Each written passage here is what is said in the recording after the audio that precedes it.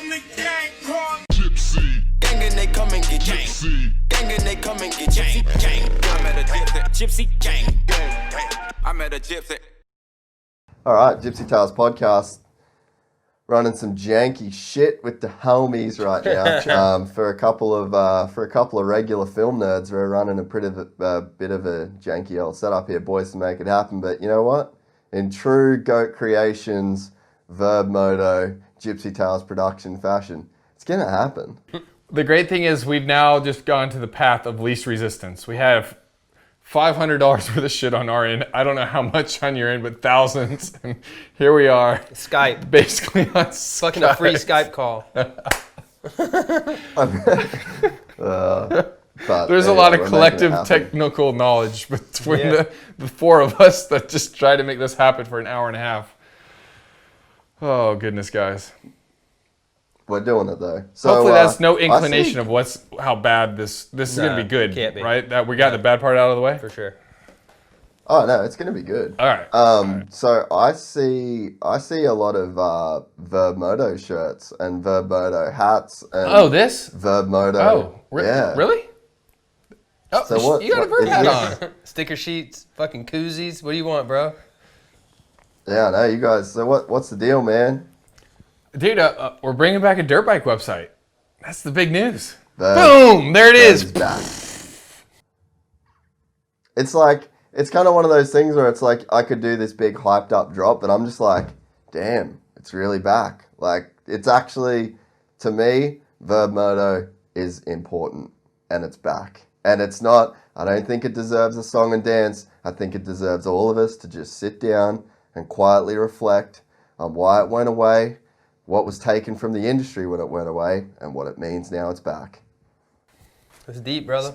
So after the moment of silence, do we then get the song and dance? Because I like song and dances. No, I'm stoked, but like so what is actually like, what does this mean? What does this mean? Man, it's crazy. What? Verb shut down, I think, in 2016, and Brent, Guy Streeter, and I all did a big mountain bike race in that summer. And it's kind of been a dream since then to somehow get this band and cohesion back together. So I don't know. It's an idea that's been a long time in the making, and through a few pretty ginormous leaps, we put some deals together and got to this point now. Granted, we wanted to launch, 6 months ago, but a few things happened to the world, like the murder hornets. There was a you guys have murder hornets. That whole invasion here kind of slowed down the launch of this. Like, we couldn't even go outside to get internet to work on the website. So there was just a lot of pieces that really had to come together. We had to get some spray for the murder hornets before we could really get this thing to launch. They're gnarly over here, man. Yeah, no, we're good on the murder hornets, but we got the drop bears, so but we've been living with those fuckers for a while. See, you guys were used to them, dude. Like, you can't launch an amateur dirt bike website in the midst of murder hornet capital craziness. No, I totally agree, but I mean, it's just like the same as our drop bear thing, like they're prehistoric creatures. They were there before us. They'll probably be here after us. We just got to figure out how to live around it, So it's like you guys got to figure out how to launch a dirt bike website in the middle of a killer hornet swarm. Dude, they're not killer. They're murderers, man. I guess they're one and the same. It's synonymous. We're gonna go through them, not around. Yeah, but murder's got intent behind it. You know what I mean? Like, you can kill as an animal without any intent, but if you're a murderous hornet, it's like there's some legit fucking malice involved in that. It's premeditated. 100%. Yeah. I mean, thank God we didn't go outside this whole time, dude. I'm telling you, bro. Imagine what could have happened. The pandemic. So pretty much. Yeah. So since you guys closed the Verb down, the hornets have been what stopped this whole thing essentially. Yeah. No, we had Watto banned us. We were doping. Yeah, and we finally got cleared. It was like a 5-year. Yeah, now that I think about it, it might have been your boy Streeter that turned me in after the BC bike race. He saw how much we were blood doping in BC. He saw how much I was crushed in the hills, and he turned me in, and we got a 4-year suspension. It was him all along. Dude, how about maybe it was done because of the I don't know if you know, Wes, I blew us out for our Adderall usage on stream. I don't know if you've heard any of those podcasts. That maybe there's like some film commission that's like blown us out for Adderall usage. There might have been performance-enhancing drugs in the day. We had to stay up a lot of days. Yeah, it was funny. We were on the way back from Bremen today for this clip that we're shooting for the launch video, and we're talking about how like everybody thinks it was so cool and all this, and I'm like, when someone's like, I miss Verb, I usually just sit there and reflect, like, I don't even know how it was possible. Like the shit that we somehow pulled off to this day, I'm like, I don't know how I could do it now, much less with a fraction of the equipment and knowledge that I had then. Yeah, dude, the setup, like, one of the cool things for me is, like, especially with you two guys, like, everything nowadays is on a bit of a different level. But like, Motocross of Nations 2010, the motorhome of fucking complete debauchery, like, Stallo, like, you were fucking pissed. Like, dude, like, I named like the most outlandish shit I could possibly dream of, and I was like, hey, just don't do this tonight, and everything came true, dude. Everything came true. Mostly in part to Jace. Oh my god, we won't air it, but holy shit. No, you can air it out. I don't give a fuck. I literally said, look, have fun. Don't throw up in the middle of the fucking party. Boomer pukes on everybody in the middle of the party. And I said, don't go bag any chicks up on the freaking top stands of the freaking of the nation's podium. And of course, you roll up and do exactly that, dude. Like, exactly that. And we got reamed so bad. Like, we didn't get caught for Jace. We got caught for Bulmer. Bulmer Walt brought those chicks back to the motorhome, and everybody freaked. Yeah, but at least they didn't get caught doing that on the podium. Yeah. We only got caught for bringing these crazy loud chicks back to the motorhome in the Red Bull VIP area at 3 a.m. Oh gosh, that's the most terrible best story ever. And unless you live through it, you just don't understand. That shit was fun though, wasn't it? Dude, the chick that was screaming, so like David Bulmer is in the toilet puking. So Bulmer's an English person. So he's in there, and this chick's like trying to get into the bathroom of this fucking tiny motorhome, like banging on the door. And then Bulmer's like, just leave me alone. I'm not feeling very well. And we're just like, yeah, I feel like you probably just leave him alone. She's like, what? Y'all are keeping an English slave in there? This ain't the 1960s. We abolished slavery. She straight up thought he was a slave, so she got him out of the bathroom and remember rolled him on the floor. Dude. And she was like, baby, get up, please, baby. Everywhere. Please, baby, get up. I swear I'll take care of you. I have never laid a hand on a female in my life. It's the closest I ever wanted to just smack the shit out of somebody, like as hard as I could, dude. Remember, she was going to get him a green card. Oh, I love you. I'm going to get you a green card. She had like these three things that she went on repeat for like 45 minutes. Baby, get up. I'll get you a green card. I'll cook you spaghetti every day. And there was one other thing. I'm going to get you a job. She legitimately thought we were keeping an English slave. I will pay you $1,000 to shut the fuck up. Like $1,000. Please shut the fuck up. Like that's all I want. Just please God shut up. I think they were making so much racket. The police finally came and like escorted them off the property. Awful, right, dude? It was awful. I forgot how they left. It was 3 hours. I threw out. So this whole time too. I need to preface this whole time. Wes is working on the Red Bull edit that like came out, like the post-event clip. It was a TV edit. So what? Well, Wes is just sitting there with like headphones on, like noise-canceling headphones. The whole the motorhome is like literally a zoo. And then, not to mention, Gary was like half hooking up with her, and they were like getting super weird. I'm above the driver's seat going to town. And poor Wes is just sitting there trying to get this edit done, dude. It was the funniest shit ever. Yeah, I'm doing like the official event edit release or whatever, like the main clip that goes out to the world, and here I am just Oh, we were trying to be so pro. The police were banging on the door first because Bulmer was throwing up, and then I got him in. I got him in the motorhome. Then he snuck back out and went to a different spot where we put him behind the motorhome. I remember I was trying to walk Bulmer back, and this like big wig from Red Bull rolls up, and he was like, "What's going on?" I was like, "Hey man, it's cool, it's cool." And he goes, "No, it's not fucking cool." And I was like, "Oh god." I was like, "Oh." I thought my Red Bull career was done that night. For sure. But Dude, I remember the morning, and I'm like, I think maybe I was like 21. Like, I had zero skin in the game at this point. Like, I was on a day rate. Like, You remember the walkie-talkies? yeah, dude. Yeah. We all had headsets on. Yeah. That was fun. Dude, I've actually got a photo of me at the top of the hill, like where the start straight is, and like I'm standing there with like my Australia shirt on and like a green and gold bandana, and then like the fucking start of the thing.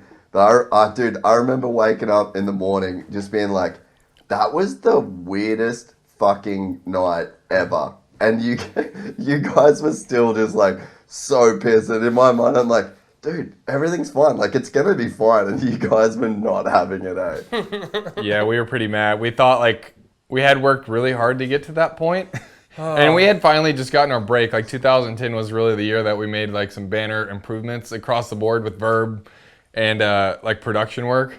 So yeah, I thought in that moment everything was crumbling down. But hey, here we are, starting a dirt bike website again. Yeah. The same dirt bike website nonetheless. Oh, dude, we just like, yeah, that was that time. I don't know whether it's like, I feel like looking back, it's like we're all kind of adults now, I guess. And it's like, I don't know, technically we're supposed to be adults back then, but it's like, I kind of look on those days of filming with you guys as like our kind of like rock star days in a way, you know? Like we sort of like didn't really have any responsibility, really. Like, I mean, you guys kind of did, but it was like, I don't know. But we did it in the most fucking punk made rock it ways work. possible. Like even What's though we had that? responsibility, we did it in the most punk rock way possible. Dude, and like the way that the drives that we used to do, like for me and Wes, I don't know how many times me and Wes just drove from like Georgia to Florida, like 8 hours just to like shoot, and we'd drive all through the fucking night, literally get to the shoot, pop a couple Adderall, and then just shoot all fucking day, and then drive home all fucking night. And then like, we'd have like, what? An hour and 45 minutes sleep. I'd complain about getting Dunkin' Donuts, and then we'd just get up and start editing. And then like it was just this constant stream of just like doing the weirdest shit imaginable and pulling it off, and it was like always good and always fun. Dude, and we were doing it like for a lot of years for like $0. Like many years we like for $0. $0 and then breaking even, and then like, yeah, the 2010 was when we finally started making like $1,000. And then we thought we blew it all at the destination. So it's like, shit, man. We're done. Oh, that was good. Oh, dude. And even like, it was just so funny, like the places that you can end up to. Like the last trip me and Wes did together was President's Cup for the golf. And like, we were fucking 100 meters away from Trump in this like on total suite accident at the golf. We somehow got these crazy badass passes for the 16th hole. We're just sitting there. We got the VIP access. We're drinking all these beers that we're getting for free somehow. I don't even think we paid to get into the event. Like somehow we got these passes. And then Trump's 100 feet from us giving the damn speech. We had front row seats. Oh my God. Yeah, it was dude. just like so. This is the best And golf then we're tournament going It was a tremendous golf tournament. It's the best golf tournament in the world. But then like, and then even going out that night, it was like one of the guys that was with us. We were like, in the morning they come to the theater. He's like, man, I spent way too much money last night. I'm like, what are we talking here? He's like, I don't know, man, like 70 grand. I was like, that's like a He really loaded did, fucking Tundra, bro. Like, you just spent a Tundra last night for nothing. What's your receipt look like? And like, dude? I don't know. I still And then, to this like- day don't know how Jace got us mixed in with this group of people. We went to these clubs and like, yeah, it was a $20,000 table minimum. And then like a few of these dudes are throwing down, oh, hey, I got this, I got $5,000 on it. And I'm like, me and Jace are like, I'm out, bro. I gotta go to the bathroom, man. I'm going home to watch Netflix. Come back. Hey, did you guys get all that? Oh, dude. Yeah, it was like, I don't know. I just look back at that as like, that was the fun time where, but I don't know. It's like everyone learned so much in that period as well. You know, like the way that everyone can kind of progress, and I don't know. It's just like everything got more legit and more official and like bigger budgets and more money and stuff. But I don't know. Like the vibe like really never changed, which I always just thought was like the most dope thing about working with you guys. And like Donna partying is a good example of that. Homegrown, like at Homegrown, we're like fucking crushing beers every single night and having like tournaments in the batting cage. Like we were coming up with the most random shit ever in like this fucking barn. So it's like, I don't know, man, we just had the craziest, like funnest times at these really big, important things that were worth like a lot of money. Well, you know what though, that it was so much of wanting to have fun, but the passion is what drove it. Like it always hurt in the morning, but we're like always so hyped to get up in the morning. And I'd say even now, the foundation of Verb is still that exact same thing. We still like love everything about pro dirt bikes, amateur dirt bikes, the whole culture about it. We're just as passionate, and we obviously that fun aspect is something that never left, and we never want to have go away. So, you know, Verb's still back, and it's like original and purest form almost. So probably even like pre like when we did ever make some money, you know, because it was like this time around we're stripping out even the bits of seriousness we had before. Like we're probably gonna leave that in the past and just take on all the funny shit that we always did. Like that's what it's all about. Because one of the biggest things right now is we're not really gonna like try to take on too many advertisers off the rip, so we could have our own voice that's kind of not jaded by anybody's opinion or money. Yeah. So yeah. frankly, so yeah, I mean, I have a feeling this time around it's just going to be nothing but fun. So if last time was fun, hopefully we're buckle up. Buckle up. We're about to go for a ride. My dog is scratching. So, talk to him for a second. So what's just the plan in general this time around? And like, why did it go away to start with, and then why is it coming back? Like the go away, I mean, that one goes pretty deep. Like I think everybody probably has a different go away story. Like I was gonna get married, like there was some issues with me and a couple dudes, and then, you know, maybe Campo, like we're all good now, but you know, you're business partners for 5 years, so you kind of go through that part, right? And then I think like I was gonna have a kid. We're traveling 200 days a year in a fucking motorhome with 9 dudes, and I was like, all right, like probably time to, you know, I was still making like, you know, $1,000 a month or something. I'm like, you know what, like I don't know if this is gonna work right now, so so we just hung it up. Like I hung it up a couple years, you know, or so. So I sold what I kind of had to you know, the rest of the partners. And I just ghosted, man. Like, I mean, I followed moto all along, but I haven't been in the sport like in any sort of professional capacity since. Like, that was just. I think what it really boils down to is what Brent was saying. It was just everybody growing up, because we were all different age brackets. Campo's a little bit older than Brent. Brent's a little bit older than me. I was the youngest one, but you know, we were all making piss poor money, and you know, after 5-6 years of pounding the pavement like that, there's only so much you can take before, you know, animosity it makes it that much easier for animosity to boil over, I think. So like, especially after Brent left, like so much of the dynamic changed between us, and especially me. I was just ready to move on to another part of life, as was Andrew, Clinton, Adam, and it was honestly for the best. I think it never could have worked the way it was, just because everybody had different personal ambitions. And so at the time, yeah, we left on top, which was great. And we put it to bed. We never thought we'd be in this position now, but I mean, shoot, we started talking a few years ago, and like we slowly started chipping away at it. And Brent and I were the original partners. Campo was pretty much right there too with us. But I don't know, we were spitting around the idea, and it just, I I don't know. Me and him always had the right chemistry, the right mixture, and love and passion for it all. So I think now that we're back to the grassroots level of where it started in 07, we got the right formula. Well, I think that it's interesting to know. Obviously, like, I know quite a lot about the backstory when it comes to exactly how and like it all sort of went down. And I think that from my point of view, I mean, you're a kid, like you were doing Go Creations. You come from like, you're just Wes, like your story alone of like where you've come from to where you are now is like fucking incredible. And it makes sense that when you kind of look back, it's like you were just a young kid that started Go Creations and filming, and like you raced Lorettas as a C-class dude. Like you literally were just like the moto kid that started filming. So it's like for you to like start this business, and then you didn't have the skills that it took to like create Verb, and then like on a business sense, it's like you kind of had to take on multiple partners, but it's like there's sort of not.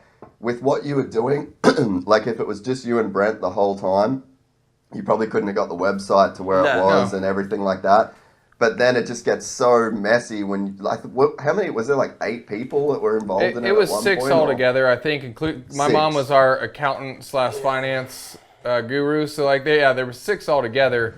Brent and I owned the majority at the beginning, but we didn't have any money. So yeah, we needed a badass web developer, badass graphic designer. Campo came in as our marketing sales guy, and then Leslie too. And then I think after 18 beers one night, I brought Brent the great idea of splitting equity equal across the line. And if we could pinpoint one thing that we probably could go back and change, it could be that. But you know what? I look back now and I don't regret it, because like when we went pro, like when we really went pro, and it was when all that happened though. Like before that, like if you look back at the product we were producing back then, like the videos were still kick-ass, the website sucked, like we didn't understand merch, we didn't understand really much. Like Adam came in and he's got like a Google mind, like he can work anywhere. He just likes to freaking travel. He's a smart dude. Like he's a 6-figure guy that we were just lucky enough to have him as part. But we got him through Clint, who was a 6-figure graphics guy. And he's a so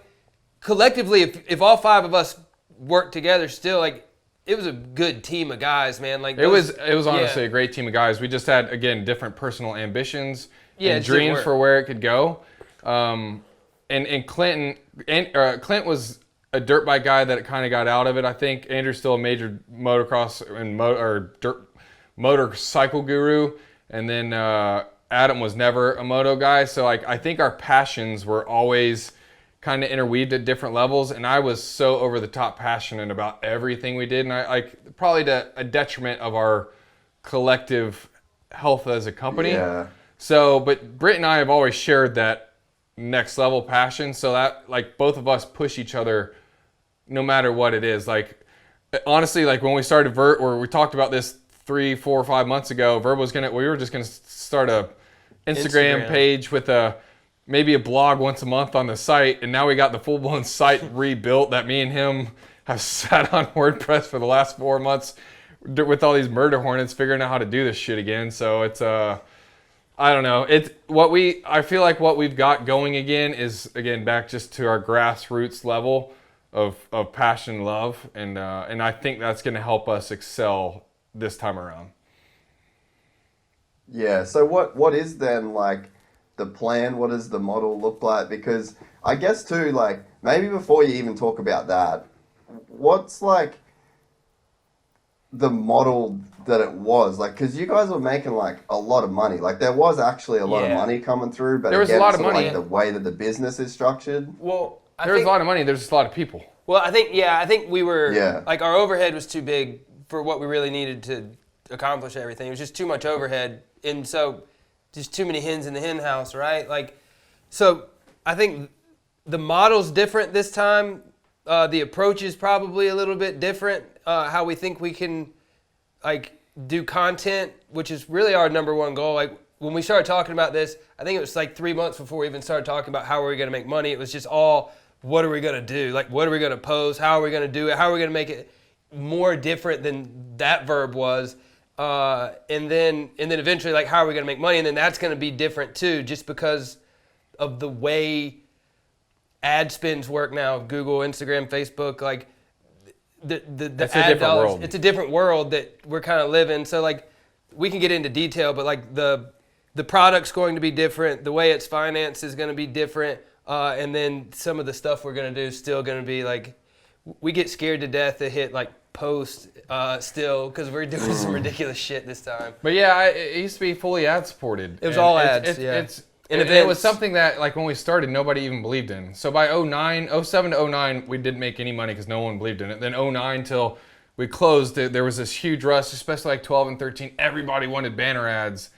But that takes a lot of people and a lot of phone calls and a lot of managing. And, like, bottom line, I still have a full-time job. He still has a full-time job that we can't leave. Like, we still got house payments. He's got a family. You know, I got plenty of people around me on my side that I support and pay for all our production work. So it's not like we can just hit stop on everything else. This has to grow organically from the ground up. So while it would be cool to go after ads, like Brent said, it's just a different world, a different model now. So even if we did have the money to hire an ad guy right now, I don't think it'd be nearly sustainable, enough money to sustain us. For even the intermittent time right now, like, and especially going forward, it takes a lot of money to do what we do. So, hopefully we find a way to navigate that. It's crazy when you think about Verb, and for me, I wonder what would have happened to my life if Verb didn't exist. And that would be right? the same. I mean, your life would have It'd sucked. be terrible. Yeah, you'd have a shitty life. I'd be fucking... You'd probably still be sleeping at Palo looking for a ride home. Dude, straight up. But even, I mean, like, that shit, like, I don't even think I've ever fucking told that story on here, dude. Like, so me and Wes had only ever talked on Facebook Messenger. And I had like this loose plan when I got to America. I had Miss California pick me up from LAX and drop me to Parla Press Day. What was this, 09? Was this 09? 2010, dude. Okay, 2000. And, yep. And like literally my plan after flying 16 hours from Australia to LA was to get a ride with this fucking chick I'd obviously never met and only talked to on Facebook Messenger, and then get a ride from LAX to Parla Press Day and kind of hope Wes was there and kind of hope he'd be down to like put me up for the night. It's a ballsy move, dude. And so Walt had just moved into his house in Canyon Lake. Yeah, I remember that. And so I remember it was just us. We didn't have any beds or anything in there. We were sleeping on air mattresses, I'm pretty sure, right, Jay? So it was like the first or second night we'd even been there. And so the only thing that was there was a pool table. Yep. And so you came back with us, and it was just me, you, and Walt, and then you ended up staying for like a month and a half, didn't you? No, like 3, bro. I had $2,000 in my bank. Like, that's literally I had $2,000 and a fucking camera. But I mean, like, that shit, like, Verb essentially changed my life. Like, you know what I mean? You obviously don't know, like, what you wouldn't have done if it wasn't around. But, like, that was, to me, like, such a huge stepping stone. And you look at all the people that came through, like Walt just shot a fucking commercial for Future, bro. A music video for Future. Like, you got Tom Janae, you've got like all these fucking people, like, yeah, dude, Ryan Swanberg, like so many fucking people that came from like the Verb universe. And I mean, even Berriman, like you guys were the first people to put Berriman on. Like, there's so many people through like Walt. But I mean, think about so much of that was Walt in California. Walt was like just like you said, like Walt's house in California, it became like the Silicon house. Valley, like what is it, the incubator? It was. We just sat there. And so like Swan, me, Jason Crane, you, Jace. I mean, Gary would be over there. Gary, and then Gary Bulmer. Barry was always over there. Bulmer even? Who? Oh, I said, yeah, like Bulma. Oh, yeah, everybody. It was Yep. like, and dude, when Walt came on, like we were starting to get really big, and Walt had just so much style, and like his style was different than Wes's style, but like he was this cool kid who had a killer work ethic, which didn't go along with his personality. Like you wouldn't look at him and be like, that kid crushes. But he always did. Because he was just kind of laid back, like, whatever, dude. But he crushed, like, and he was cool as shit, and like he had California on lockdown for Verb, like. I mean, he's Without definitely him, like he was a huge part in like our I don't West know that Coast Verb growth. would have ever had the push it did. Like the insurgents we had in 09 Dude, and him 10. going out and shooting with like Cole Seeley and Kyle Engel out in the hills, like he was always just crushing Verb videos and out there. not to mention, even when that did happen, like he moved, like him being based in California with Papa Don, I'd go out there, even though I had a place up in Greenville with you, I'd go out and stay with Walt for 3 months at a time. Oh yeah, I remember. We'd be working on Red Bull stuff and Verb stuff, and it was crazy. Walt and I were always on like different schedules. He's always been like the night owl, and I've always been the get up at 6 or 7 a.m. and go to bed at 10 o'clock at night. Like he'd get up at 7 at night, and then just I'd basically see him in the morning, and he'd be like, "Yo, dude, I got like 3 edits done," and I'd be like, "What?" And I'd go in there and I'd be like, "Dude, this shit's so sick," and he'd be like, "Cool, I'm gonna go to bed." So it was crazy. Dude, it was such a culture shock for me because I'd come to like I'd obviously never been to America before. Like I'd never fucking smoked weed. I'd never done like there's all this shit. Like I was just kind of going there, just super green. And me and Wes would like go out, shoot all fucking day, come back, and yeah, like Walt's like making his morning coffee at like 5:30 in the afternoon, and then he's wearing like a robe. His hair's fucking crazy. Goes into his room, starts smoking weed through a snorkel. And then, like, we just hand him hard drives. And then, like, we get up in the morning. And, like, we go to bed, get up in the morning, do, like, the old switcheroo through the hallway. And then, like, first thing we do, go into Walt's room, smoke weed through a snorkel. And we watch, like, the dopest fucking dirt bike shit ever. It was just, like, it was such a fucking weird life. And, like, it really that was. analogy of, like, that Silicon Valley, it kind of was, like, coding in a, you know what I mean? Like you see those guys that like made those websites like Facebook and fucking Instagram and everything. And it's like, that's what they did. It was like this weird house that was 24/7. It was just on like a rotation. That's totally what it was. We had an incubator. We sort of did do, and I mean, I say we very loosely. Like I just kind of jumped. I mean, yeah, it was definitely Papa Don and Walt. Walt, but that we just inhabited the incubator. Yeah, but how cool was it like for them to house us for months at a time? Like and they loved it. I mean, Papa Don, like so much of our success is definitely to that whole family, dude. Yeah. Like they were. I mean, I still talk to Walt, and you know what? Every time I call him, he picks up the phone. He's like, dude. Dude, I'm like, what are you doing, man? He's like, every time you call, I gotta pick it up. I'm in a monster shoot, dude. I'm like, all right, I'll call you later. Hey, speaking of, keep Yeah, going. I'm just going to like- come back with some Ryan Walters inspired gear. Yeah, it was just like I just feel like everybody that was in that crew and everybody that kind of like, I guess to make it in that crew, you've just got to be down for like an alternate lifestyle. Because that's really just what it was. You know what it was, dude? Like, you know the bros in the industry, like the standoffish kind of, that whole vibe, right? Like, we always hated that. Yeah. And so, like, our whole thing was always like, hey, if you got that kind of attitude, one, we're going to punk your ass first. Like, you're going to get hammered. Like, we're going to expose you pretty quick. And then two... A la Mud Dolphin. Right? I mean, that's exactly where that came from. So, like, and then two, we wanted to be the most pro at everything we did, but also like the most approachable, fun. Like if you're down to hang out and just be a cool guy and rip a beer, like you're in. Like there was no excluding of anybody as long as you were just a normal dude. You know what I mean? Like, so that was always been like our shtick. Like we never wanted to be like that. Oh, check those out, dude. Well, You gotta cut shout the out fingers. to Walt. No, shout out to I've used these Fist. to mountain bike. Like yeah. Walt's Let me whole see thing how was, quality they are. Walt was like, hey, cut the fingers out to make them filming gloves, but I don't film with gloves like Walt, so I ride mountain bikes with gloves, so they work really well for that.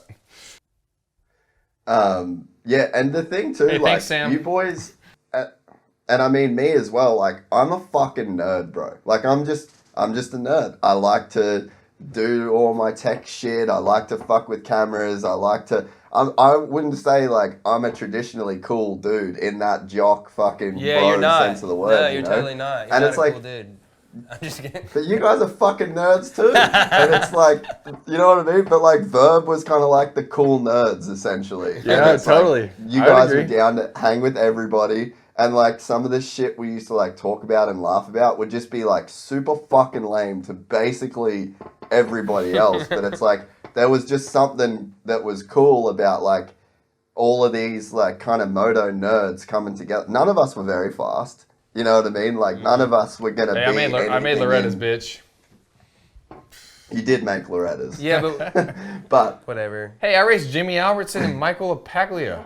Ooh, dude. All right. Sandbaggers. did you race them or you were just on the same track? You were on the same track, dude. You didn't race. Is there a distinction? I took off on the start line. With them, I raced them. So I you're might on have the been same lapped. track. No, I don't know. Saw them when they lapped you. But I mean, that's kind of what Verb really was, right? Was just like this gathering of like kind of cool nerds that it's not like, yeah, it wasn't like the traditional kind of bro vibe that you kind of did get in the industry. And then it sort of was like you guys did so much dope shit over so long and like created a new cool that it's like you guys almost just like were cool by fucking proxy. Like, oh wait, those are the dudes that made Verb. Like, they actually are like the coolest guys now. Either the coolest dudes or the grungiest, dirtiest, smelliest. I don't know. One There thing we was one always before- yeah, had, you like, can be I both. will say this, like, and this was like literally everybody, like from you to Walt to Gaz and Boomer and Wes and like Travis Stewart and like Robo Rob, all the dudes that helped us over the years. Like, we threw down, man. Like, we had fun, but like, we also like we were like bloody focused on. You like the bloody because it's the whole Australian thing. Oh, yeah. Yeah, I threw that in for you.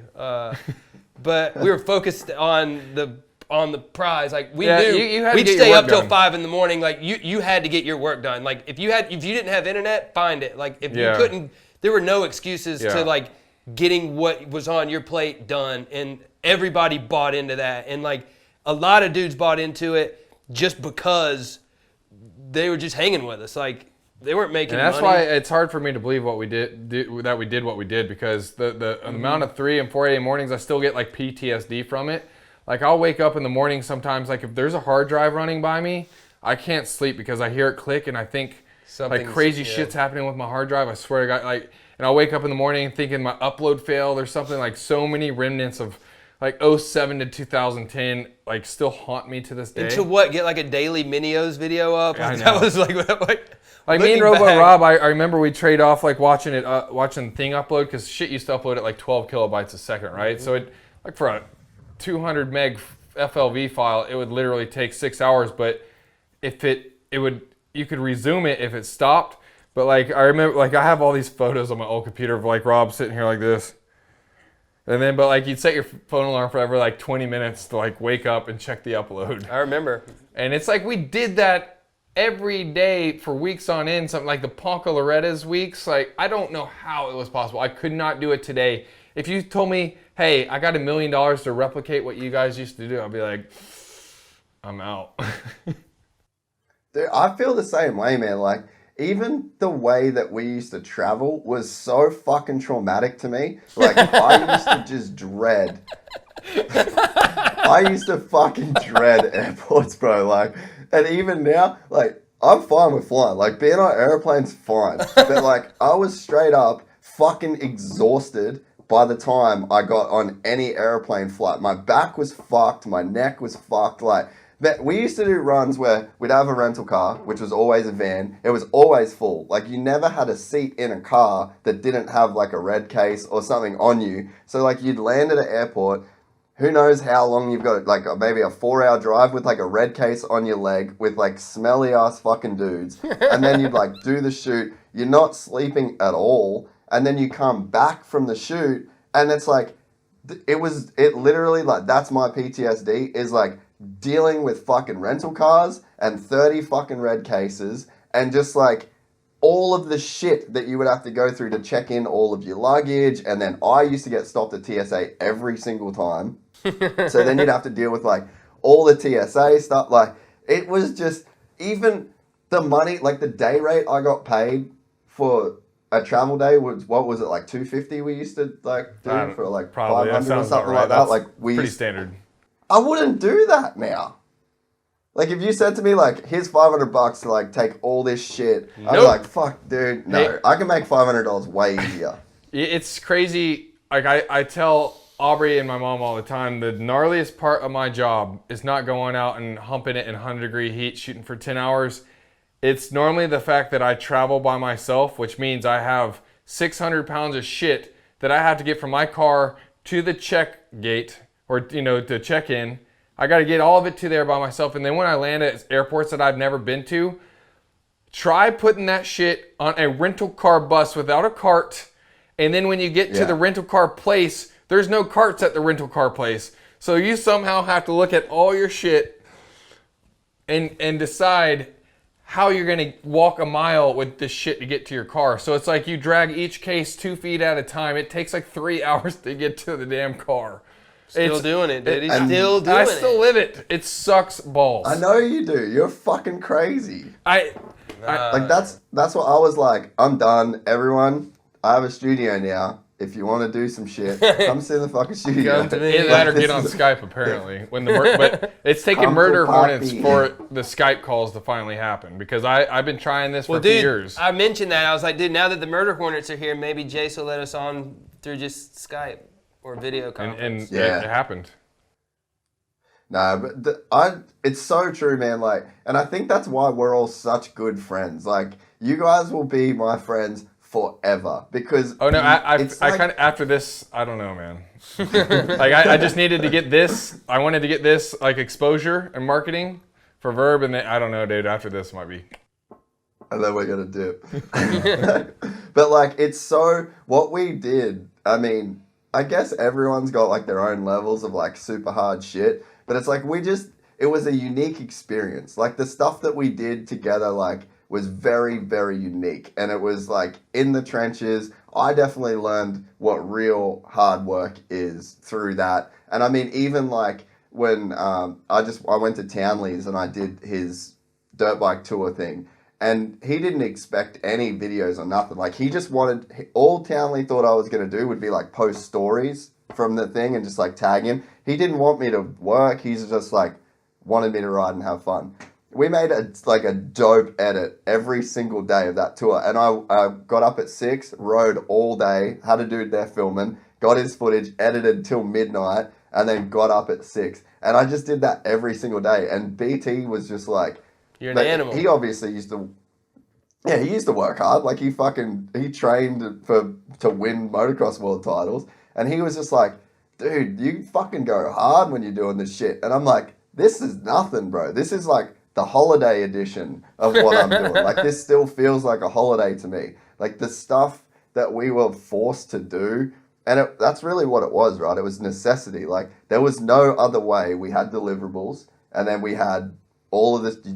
That's just what you have to do to make it happen. But it's like, I really did learn how to embrace a lifestyle of just like really fucking grinding. And that came from you guys, dude. I'll take that. Yeah. Hopefully we got smarter this time around and we don't have to do that again. Yeah. But there was like a weird allure to it, though. I've been up since 4 o'clock this morning, though, so if that means anything. Like, we've gotten off to a good start. Yeah, we're already grinding. Yeah, it's literally the same shit. But there's a weird allure to it, dude. Like, I don't know, there's something that is kind of fulfilling about like, it's fulfillment, man. That's all it is. That hard.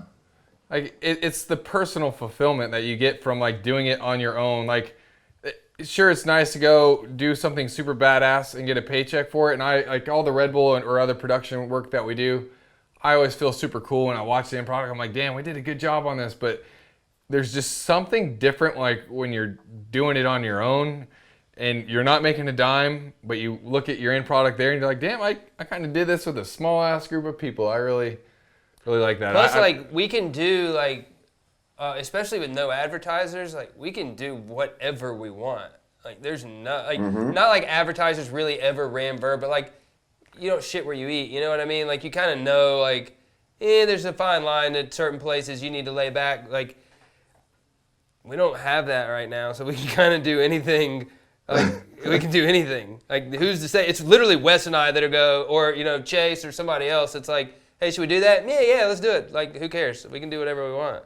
Like, it's fun to be edgy. Dude, It's fun to have we can push it a little bit farther. Like, it's fun to have the creative power. Like, we'll still reel back. Like, we know where to stop. Like, we aren't going to be too far, but like to have the creative just juice to just 2 or 3 people go, yeah, let's run it. We can that feels cool, and like you don't get that everywhere.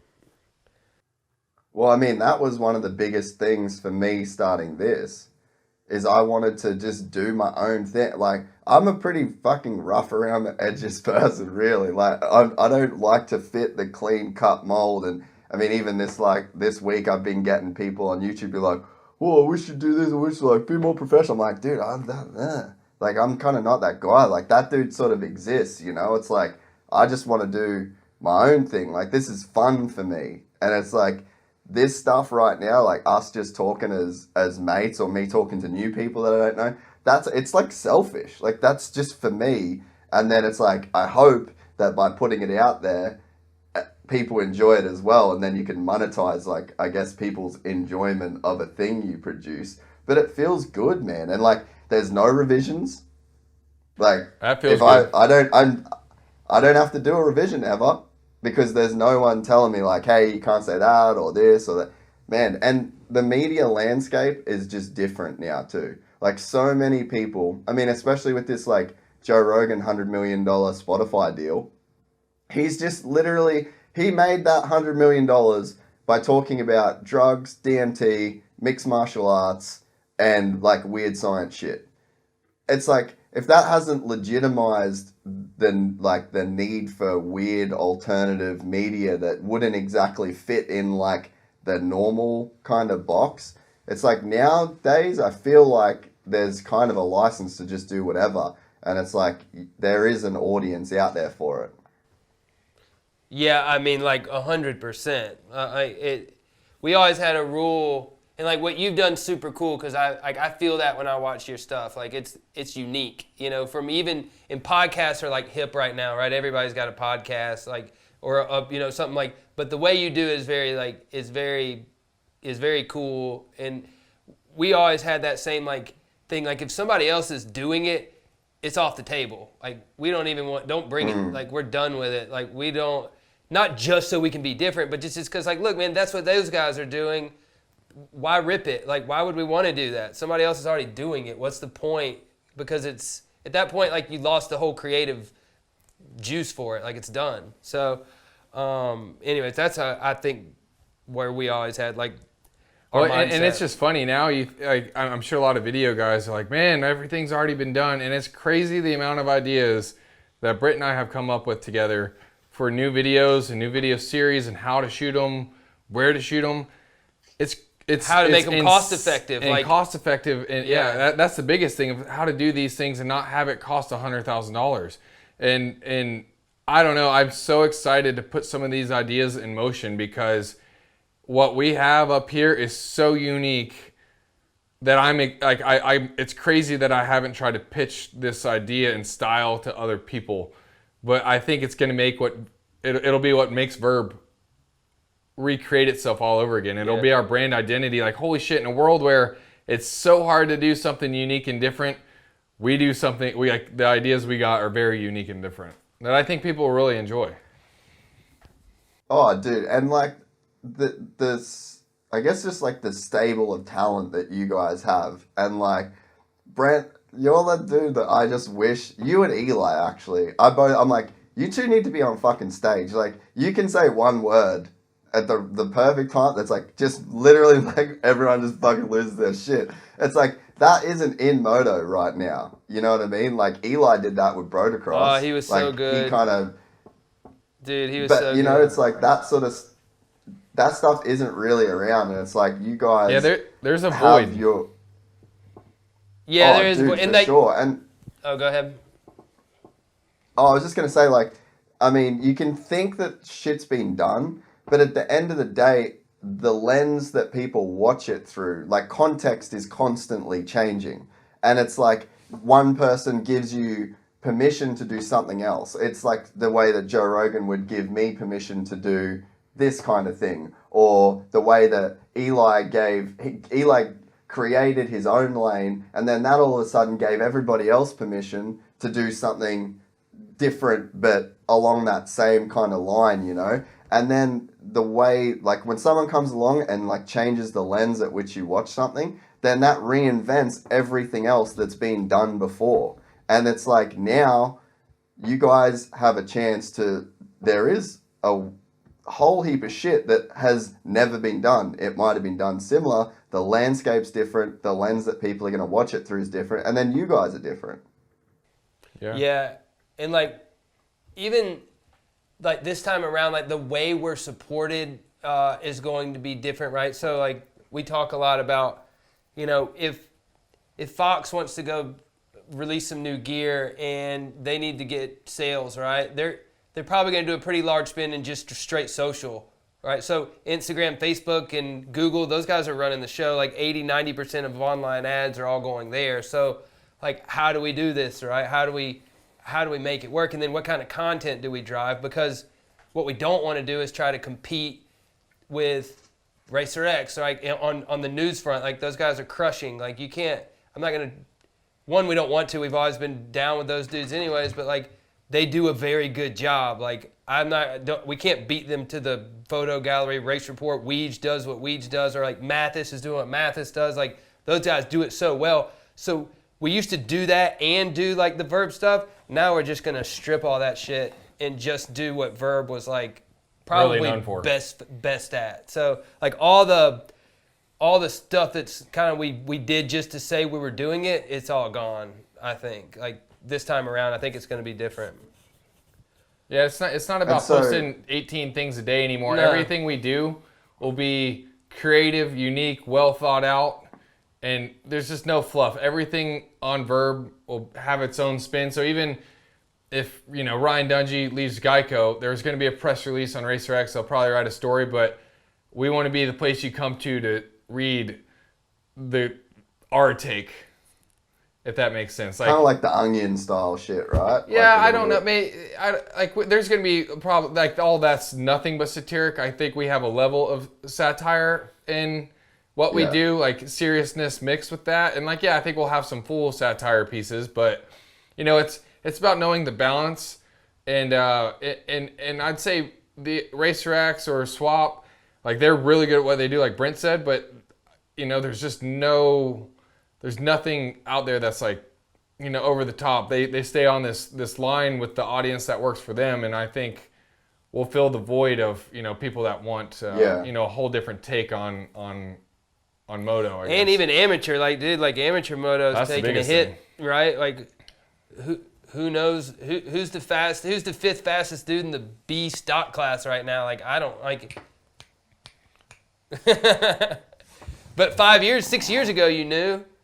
You know what I mean? Like, Fuck yeah. Yeah. So, like, even bringing back, like, that whole just amateur vibe again will be cool. Like, just to give it a ton of love. Like, it'll be fun to do. Yeah. Yeah, Verb, I think at the bottom of this all, Verb, we want it to be exactly what it was. Maybe not to the fullest degree, but in a smarter degree. We still want to do all the fun stuff, but we just got to do it in a more manageable and efficient way. Financially and mentally, physically, all the above. But I think we got a good recipe to, you know, start small and hopefully continue to press forward. And like you said, we the pool of talent that we still have within our group, you know, we still have know people all across the the world. dudes. Yeah, we still know all the same dudes, and everybody still loves it. So. We're like the Mighty Ducks. Some freaking Coach Bombay is coming out with the freaking, or Charlie's the one that Coach Bombay. Quack, quack. Get our rollerblades and get the flying V going on. How dude. you remembered his name was Coach Bombay? It's the fucking See, you I'll fucking give you a nerds, knuckle bro. puck right in the face, bitch. Emilio Estevez is best He role. was cool as shit, man. I wanted to be Charlie. Isn't that the same dude? Charlie was cool. The One Tree Hill, is that him? Yeah, it's One Tree Hill guy. Oh. Yeah. Yeah, I was always so Dude, jealous. I used to live probably, 1,000 kilometers from an ice skating rink, and like I had fucking dreams, bro. The only Australian NHL player. Fuck yeah, dude. I didn't even want to play in the NHL. I just wanted to play like fucking high school. It's like you and the Jamaican bobsled team, dude. They're like the fucking one-off dudes. You're out there doing the imaginary flying V by yourself, and you're like, come on, crew. Quack, quack, quack. Wait, me and my brother, we bought rollerblades, and we used to, I'm not even joking, bro. I'm sure every fucking kid in the 90s that didn't have, like, ice within 1,000 miles of their place, like, we bought rollerblades, we bought the fucking ice hockey deal, like the sticks and a puck, and then we used to use a washing basket, and then the alloy roller door, like a tin roller door. Yes. And we never got it in the basket. So, like, all my parents would just be like, Bling! bang, from the from the roller door, just getting pumped with his dog shit puck. Oh, It was the coolest shit ever. Were you not a rollerblader? No, we had my pops built us a full 12-foot Tony Hawk, like full half pipe in our backyard, in our woods behind our house. Bitch. And then we had a freaking dirt bike track that went around it. Like, it was gangster. Like, it was Could full you just on acknowledge X your Games privilege for a second? What did you say? Just You broke before we up? go, just acknowledge your privilege, mate. Oh, he froze. Uh-oh, buddy. Uh-oh. Hello. Yeah. Come again. All right, you're back. Say it again. Your white privilege literally fucked our Skype call. Dude, we lived out in the middle of the fucking country, dude. There was like nobody within 200 miles of us. But he had a half pipe and a dirt bike track. Just acknowledge your fucking privilege, bro. Dude, you gotta embrace what you are, man. What do you want me to say? I was dropping in on a big wheel. I was dropping in on a big wheel at 7, dude. Like, full on. That's so gangster. Oh fuck! What were we talking about? So no, you guys were talking about rollerblades, and then I was talking about getting the band back together via Mighty Ducks. So it was a great metaphor. for they were great ice hockey players. And then it ended up with me being white privileged. 12-foot half pipe, dude. Oh, It was fuck bad. It was huge. That's crazy. Yeah. That's hectic. Your dad's a G. But I think one thing we haven't touched on yet is like the no advertiser thing. Our biggest push So this what's time the model? is like hoping we're wanting the people to support us. So like I don't know, the best way to put this is we already did 10 years of putting out a shitload of badass stuff and hoping people would support us. And so now that everybody knows what we can do, we're kind of doing it the other way around, hoping people will support us first, and that will give us the ability to go create all the badass stuff. So it'll basically work, if 5 people buy t-shirts, we'll go do 5 t-shirts worth of work that allows us to do. If 5,000 people buy t-shirts, gives us a lot more money to go do cool stuff. So it's pretty simple. It's reader supported to like an extent, and then even on the on who we not who we decide, but like who fits us as our mold as as an ad partner, they're gonna be that's gonna be a real small pool of people, we think, but we want to use Verb as a platform. Like, we want our creative team to sit down with their creative team, and we crush and we create unique ideas around a platform that are only specific to our platform, that are traceable. And now we can say, hey, look, when we're not just calling saying, hey, where's your 728 by 90 ad, or give it your skyscraper and we'll run 50,000 impressions for however much money. When it's like, we want to see if we can, if we join everybody's minds together to really create some cool content and cool ad campaigns, can that be really impactful? And just with like I said, we're going to be a pretty small group. So if and when we have advertisers, it's going to be a really small group of advertisers. It won't just be a money grab for whoever wants to get on the site. Well, it can't be. I think frankly, we just don't have the people, and nor will we probably ever have the people to manage that amount of influx that we used to have. We had a few ad guys, and they'd be on the phone all day with 12 of our ad partners, and we don't have time for that. Going back to the beginning of this conversation, we got full-time Yeah, if you job get and in, life. like, you can't expect any, like, reports or numbers or any of that shit, dude. You gotta trust. None of that matters. Dude, it's kind of the same thing with me. Like, this is the reason why, I mean, I struggle on the financial side of it with the podcast because, like, the ads is like, it's real hard to manage. Like, and fuck, dude, I got really awesome partners that, like, don't expect monthly reports. Like, sometimes I do it, sometimes I don't. But it's like, you kind of, in my mind, like, I kind of just have needed people that are like, all right, it's just like literally me, like, Street is helping out. It's like, this is like a no fucking people operation, and we're getting like literally millions of fucking downloads, and it's like, that's a lot to manage just on its own, you know, like to kind of manage those partnerships. And even at the level that I do it, it's like, it's really fucking hard, man. And people always ask, like, why don't you have more sponsors? Why don't you get more sponsors? It's like, I know I could get more sponsors, but like, that's a lot of people that you've got to like give attention to, because there's money coming out of their account every month. And it's like, they essentially, like, all the people that advertise with us now, they just trust and know that we're fucking doing like a lot of shit, you know? But it's like really hard to sort of grow like that without a dedicated ad manager. And then you really start to, you know, get into like the reporting and like constant deals and like it's literally a full-time job. Which full-time jobs take a lot of money. So especially to someone that knows what they're doing. So yeah, we're starting a lot smaller than that, and yeah, I think we're crossing our fingers that a lot of people that have begged Verb to come back over the last 5 years really buck up and come and buy a t-shirt, buy a hat, come to an event that maybe we'll have in the next year. Like, it's just, I always said in the last years of Verb, if a tenth of our audience were to have supported us through any means of soft goods, you know, we could have taken the money a lot farther, made it probably a lot more financially viable for everybody involved. Because again, we were paying ourselves pennies and working our tails to the bone. So like, you know, eventually if they don't match up, it's like, what am I doing? So I think that's kind of what happened. And I think now, no matter what, like, Verb will always be badass.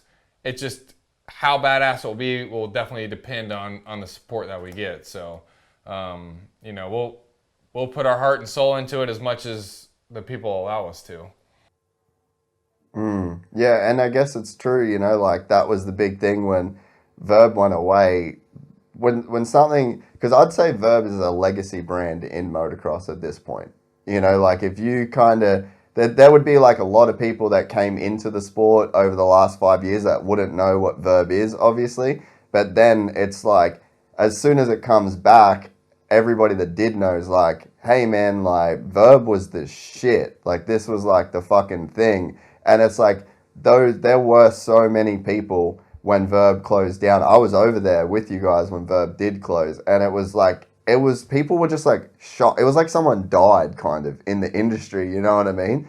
And then people would constantly be saying like, when's it coming back? Bring it back. What's it going to take to bring it back? And it wasn't just like the industry, it was just average everyday people. And now I guess it will be interesting because it's like, well, you guys asked for it and it's back, and now it's kind of up to everybody. And there was like, we thought the window right now is probably closing on even like 5 years from now, Verb can't come back. Like, it's too gone at that point. Like, but because our audience that would remember and still feel an attachment and a nostalgic value in it, yeah, probably would be gone. Like, we covered all the guys that are pro now, right? So like, our reach is still there with all those guys. Like, to get back into the amateur guys is a bit easier because we just start kind of getting in with those guys. Like, they're going to be stoked to get love that they don't get anyway. So, but we saw that window kind of going away a little bit, and even like when we just post a random thing on Instagram now, like, the feedback is, the interaction is like, through the roof. It's really what pushed us to do it. Like,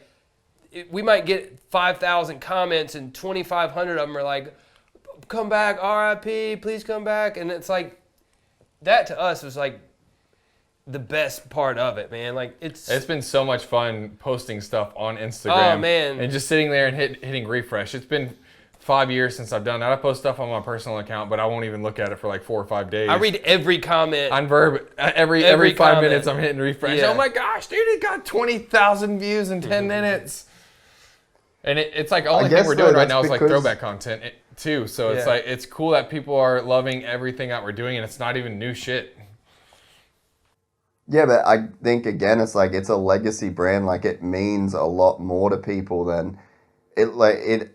The thing that I think and that I've thought more and more lately, like obviously having my own channel and platform, now you analyze things differently and like you think about things differently. And the thing that I've kind of, I guess, come up with is that culture is the thing that stays. And if there is something that affects the culture, then like that is where there's real power. So like you get a brand that eventually creates its own culture, its own life form, its own kind of thing within the greater scale of culture. And it's like, to me, Jordan shoes and, you know, like there's these certain things that have like a feeling attached to them. What's that? You just compared us to Michael Jordan, man. I appreciate that. That's fucking cool. Well, I compared you to his feet, bro. Those are the most freaking profitable part of Michael Jordan, those shoes. I'll take 100%. But it's like Verb like affected the culture in a way. And it's like, to me, you look at like, and it's no disrespect to like Vital. Well, I suppose like the Vital forums like a part of the culture, but it's not like a cultural feeling like that you get from something like that. But it just seemed like that Verb created so much and added so much to the culture of the sport that I think that's the shit that like really, really stays with people. And like when you start to affect culture, that's like very ingrained. That's why shit can come back from the 80s, can come back from the 90s. It could, like things that really influence the culture on like a deep and meaningful level. That's the shit that can come back because it just runs so much deeper than anything else. Like members only. Yeah. Remember those? Remember members only? Go get your jacket. What was that? Members only jackets, dude? You didn't have those over there? Nah, bro. Because you weren't a member, bro. They were called members only. They were freaking sick. Charlie and Coach Bombay would have had one, but... Oh. Dude, But- I Yeah, could get that nah, brand. fuck, I'm out on that one. You know what, though? But Like, yeah, I think that... like for the past few years, like we had discussed trying to start another something, but we knew it had to be along the lines of Verb, and a lot of it was just like, oh hey, let's just start a cool Instagram account and try to build a following or whatever. And every time it just led back to how we got to get this Verb back. We got to get Verb back. Like how do we do it, dude? And we looked through all the legal avenues of like changing the name and logo and deleting some letters, and it all boiled down to we had to, you know, figure out a symbiotic relationship with our old partners to call them up and say, hey, what do you guys think about us resurrecting this thing and doing what's right for the sport? And I think, And honestly, like kudos to those guys. Like yeah, they were all really instantly too. instantly like, yeah, we think you guys should do this. Like we think you like. That's cool. Yeah, It was cool as shit. Yeah, it was like I'll give them up to that because like they could have told us to go get bent, right? Like they legally, like I mean, we couldn't have done anything. Like it was frozen. Outside of starting a whole new brand, we couldn't have Yeah, done and that anything. wouldn't have been the same, right? And it wouldn't have been like, and we couldn't have done it. We weren't about to spend another 10 years of building the hype and whatever. Getting the Verb platform back with all the social assets and everything that we built for the past 10 years was imperative to be able to launch from this level again. Because yeah, like you said, I guess never considered it this way because it's hard to think of yourself this way. But yeah, a legacy brand, and I do feel like we impacted the culture of our sport so much that without us coming back under this mantra, I just don't think it would work. So I couldn't be more grateful and thankful to our old partners for making it happen. But hell, this is going to be a fun ride. So did you guys have to like actually buy it back off those guys? Like, did you just have to come to a deal in that way? It was $3 million. $3 million. That's what I heard. Yeah, $3 million. So I mean, that now you can understand why we really need the readers to support us, because I like, especially during all this murder hornet stuff, Yeah. I can't make my next house payment. So we did though. Like, yeah, we had to buy it back, but like it was a fair deal. It was a fair deal. Wes is super rich, so it's nice. He was able to front a lot of the He money. is rich. He's super rich, dude. You should see the house I'm in. It's freaking dope. I was gonna say, like, walk the laptop around. Like, Wes lives the most insane, like, baller life, but he's so, like, incognito about it. Yeah, he just Look fronted at the him whole over thing, there. man. He's like trying not to get found. You've been found out, motherfucker. You're only seeing a quarter of this They place, should have never man. gave you money. But yeah, like they were cool. And then when like obviously Wes and I like built the whole website. We've never built a website before, so like hey, if we were that rich, we would have. Yeah, right. We didn't pay anybody to build our website. There were so many times that we're sitting here trying to figure out the dumbass web shit, and I'm like 8 hours deep, 14 coffees in, and I'm like, what am I doing? I'm not a website coder. I know how to make dirt bike videos. What am I doing? So there was a few very emotional moments of figuring out specific web codes and snippets and CSS and getting shit to look right and point to the right places and buttons to work and change colors. And it'll probably fail on Safari. We don't know. Like, yeah. There's probably a lot more testing that we're supposed to have done that we don't know about. Adam would know, but we don't. But I don't know. I think if people realize that we did most of this, like with Chase and Bohm, there's been a handful of people that have taken small parts. Travis Stewart and his and Paul, like those dudes are helping us again. And Aubrey helped us on the store. Yeah. So there's been a lot of our crew that has worked pretty hard on getting all the pieces together for this. But like, there's been many times that I was like, damn, I wish we had 20 grand laying around to pay someone to do this shit, because what the hell am I doing? Have you guys got like a link? Can you show me after this to like the site or? Yeah, well, by the time this Dude, goes yeah, live, because I still everybody will. haven't seen any of it. Well, hey, this will be live next week. So, or I mean, right now it'll be live. So VURBMOTO.com. People don't even know where to go. It's .co now. But in Australia.co.com. What day do you guys want to put this out? What day do you guys want to put this out? I think Thursday. Yeah, we're thinking Thursday or Friday. Thank God it's Friday kind of vibe. That'd be Fuck, cool. that's sick. I wasn't expecting that. Yeah, it's like a week away, dude. It's Well, on. what's cool is Supercross heard we were coming back, and they like we come up to this agreement together that they didn't want to restart the Supercross schedule until we launched Verb.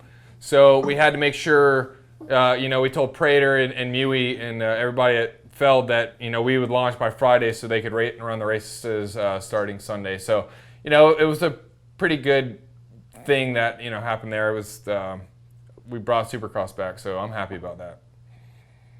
Dude, I'm forever grateful. Yeah. You fucker.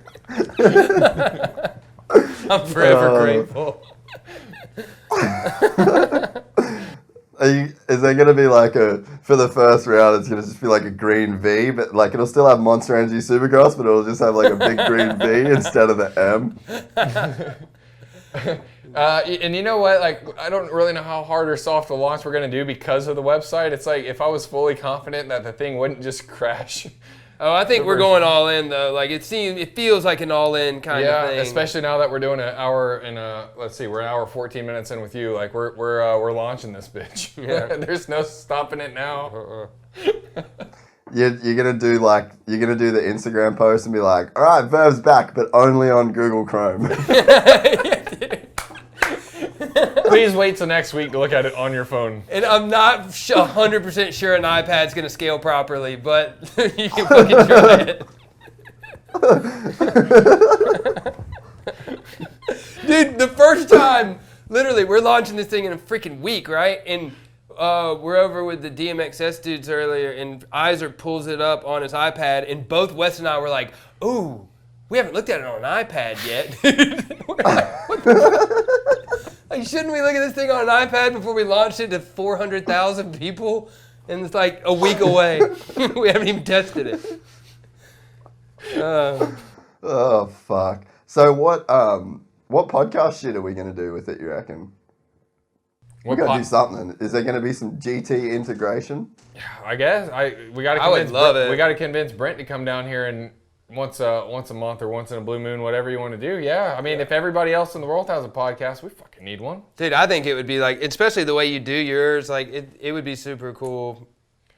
If we figured out the video technology side of things, we could. I can only imagine once we put our brains together.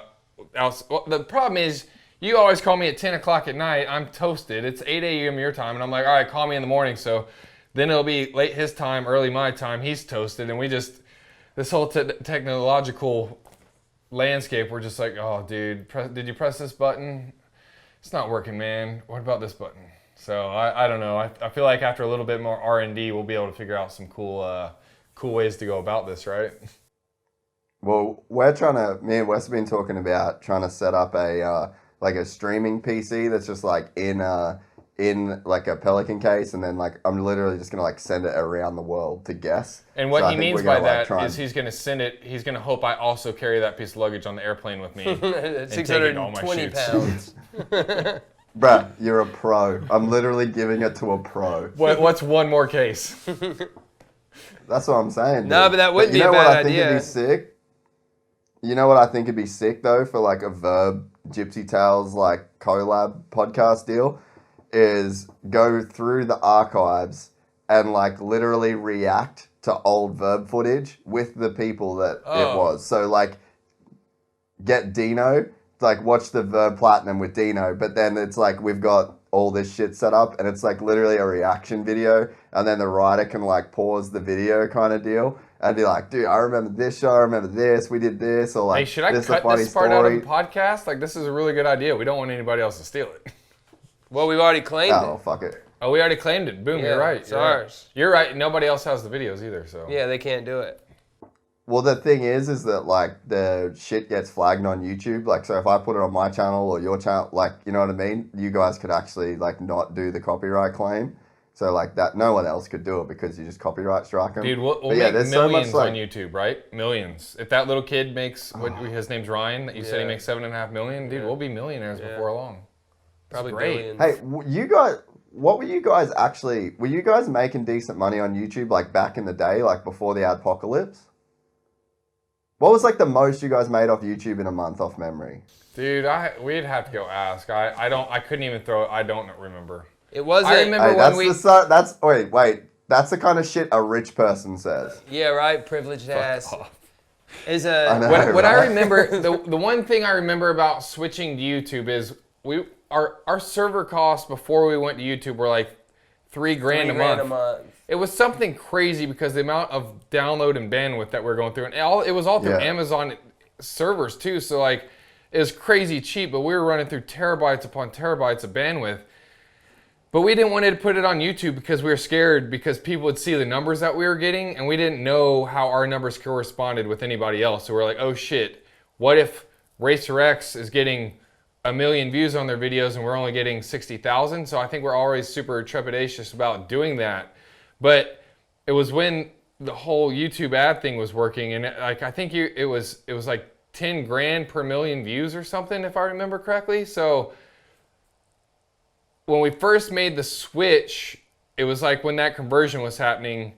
But we might have been doing like $4,000 a month initially on YouTube, from what I recall, and then our bandwidth bill went down to like $300 a month. So the $7,000. It was a $7,000 swing. Like that's what I remember about that time. But I don't think that YouTube money lasted for that long. I think now it's gone back into where people can actually make money on YouTube. I think it was this dip of like, or inverse bell curve basically. Like everybody was making a lot of money, and then it became overwhelmed. And then they figured out how to start doing more ad share. We were like, I mean, With don't content tell anybody. creators, We were using like a tremendous amount of illegal music back then. So, It's something we won't do now. Oh god, it's like Young Jeezy. Like it didn't matter. It's like the Beatles. Yeah, throw it on there, dude. The fucking Beatles. So that's something that we won't do now either. So I mean, it'll be. That being said, I mean, a lot of that revenue that we could have been making was probably going to the artists. It was going to the artists, yeah. So because of that, I don't know that we ever made like an absorbent amount on YouTube. It might have been, I mean, if I'm just guessing, 3-4 grand a month max. It could have been more, but I don't think so. Yeah, see, yeah, it's the music thing that fucked you guys then, because like back then, that was like kind of YouTube heyday in terms of actually like making money off ads. But Like I said, nowadays, it's just so. From what I recall, everybody was making money, and then it just took a sharp decline because the supply and demand became so overwhelming that the CPM went rock bottom. And then, but now because of so many people doing these long vlogs and you're able to put 19 ads in a freaking video, they've figured out a way to make it so, if you're making 20-minute videos, doesn't matter what the quality is, you can actually make a decent living off of it. So who knows, Brent might start vlogging next week. Take us into your real job, bro. Hey, I'll watch that shit. Show everybody some software. Yeah, man, coding. Yeah, the landscape and the way that just, I guess, content's like made and monetized nowadays is just so different too. But I think like at the end of the day, the goal is making good content. Number good one, content right? will always, yeah. And that's with Verb. Like I keep saying, the people will determine how much we do. We'll still go do cool shit. It'll just, it'll just depend on the frequency.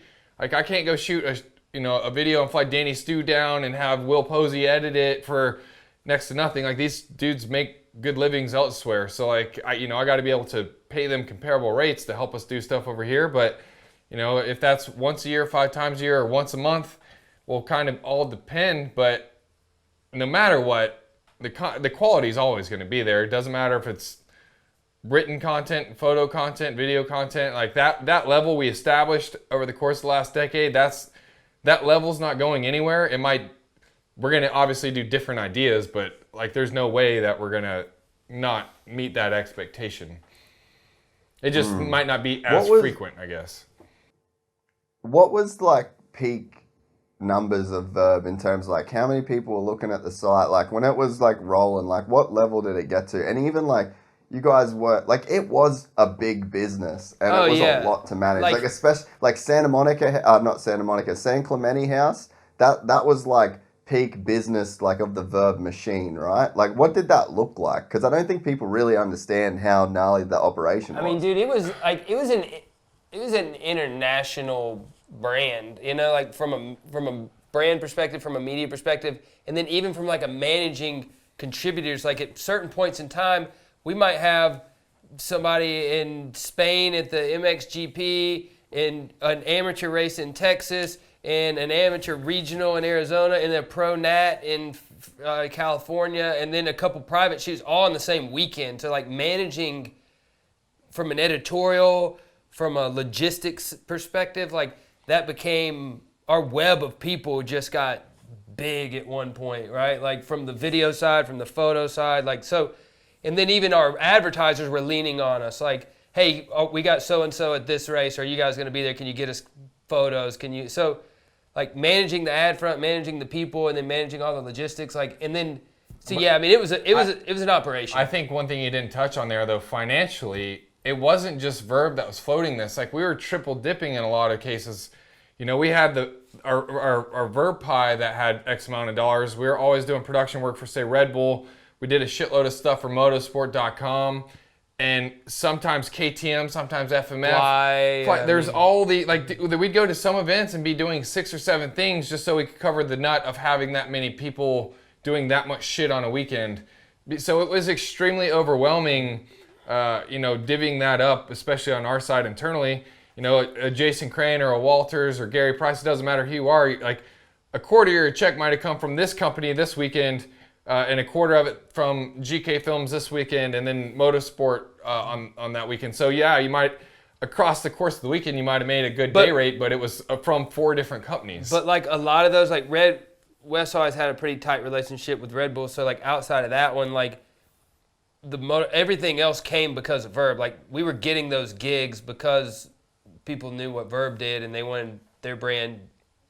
And then we had a problem saying no back then. Like anytime it's like, hey, $500. Oh, you got $300, man? Yeah, what do you want? Like a 12-minute documentary or some shit? Like we'll do it. Like so. We never said no.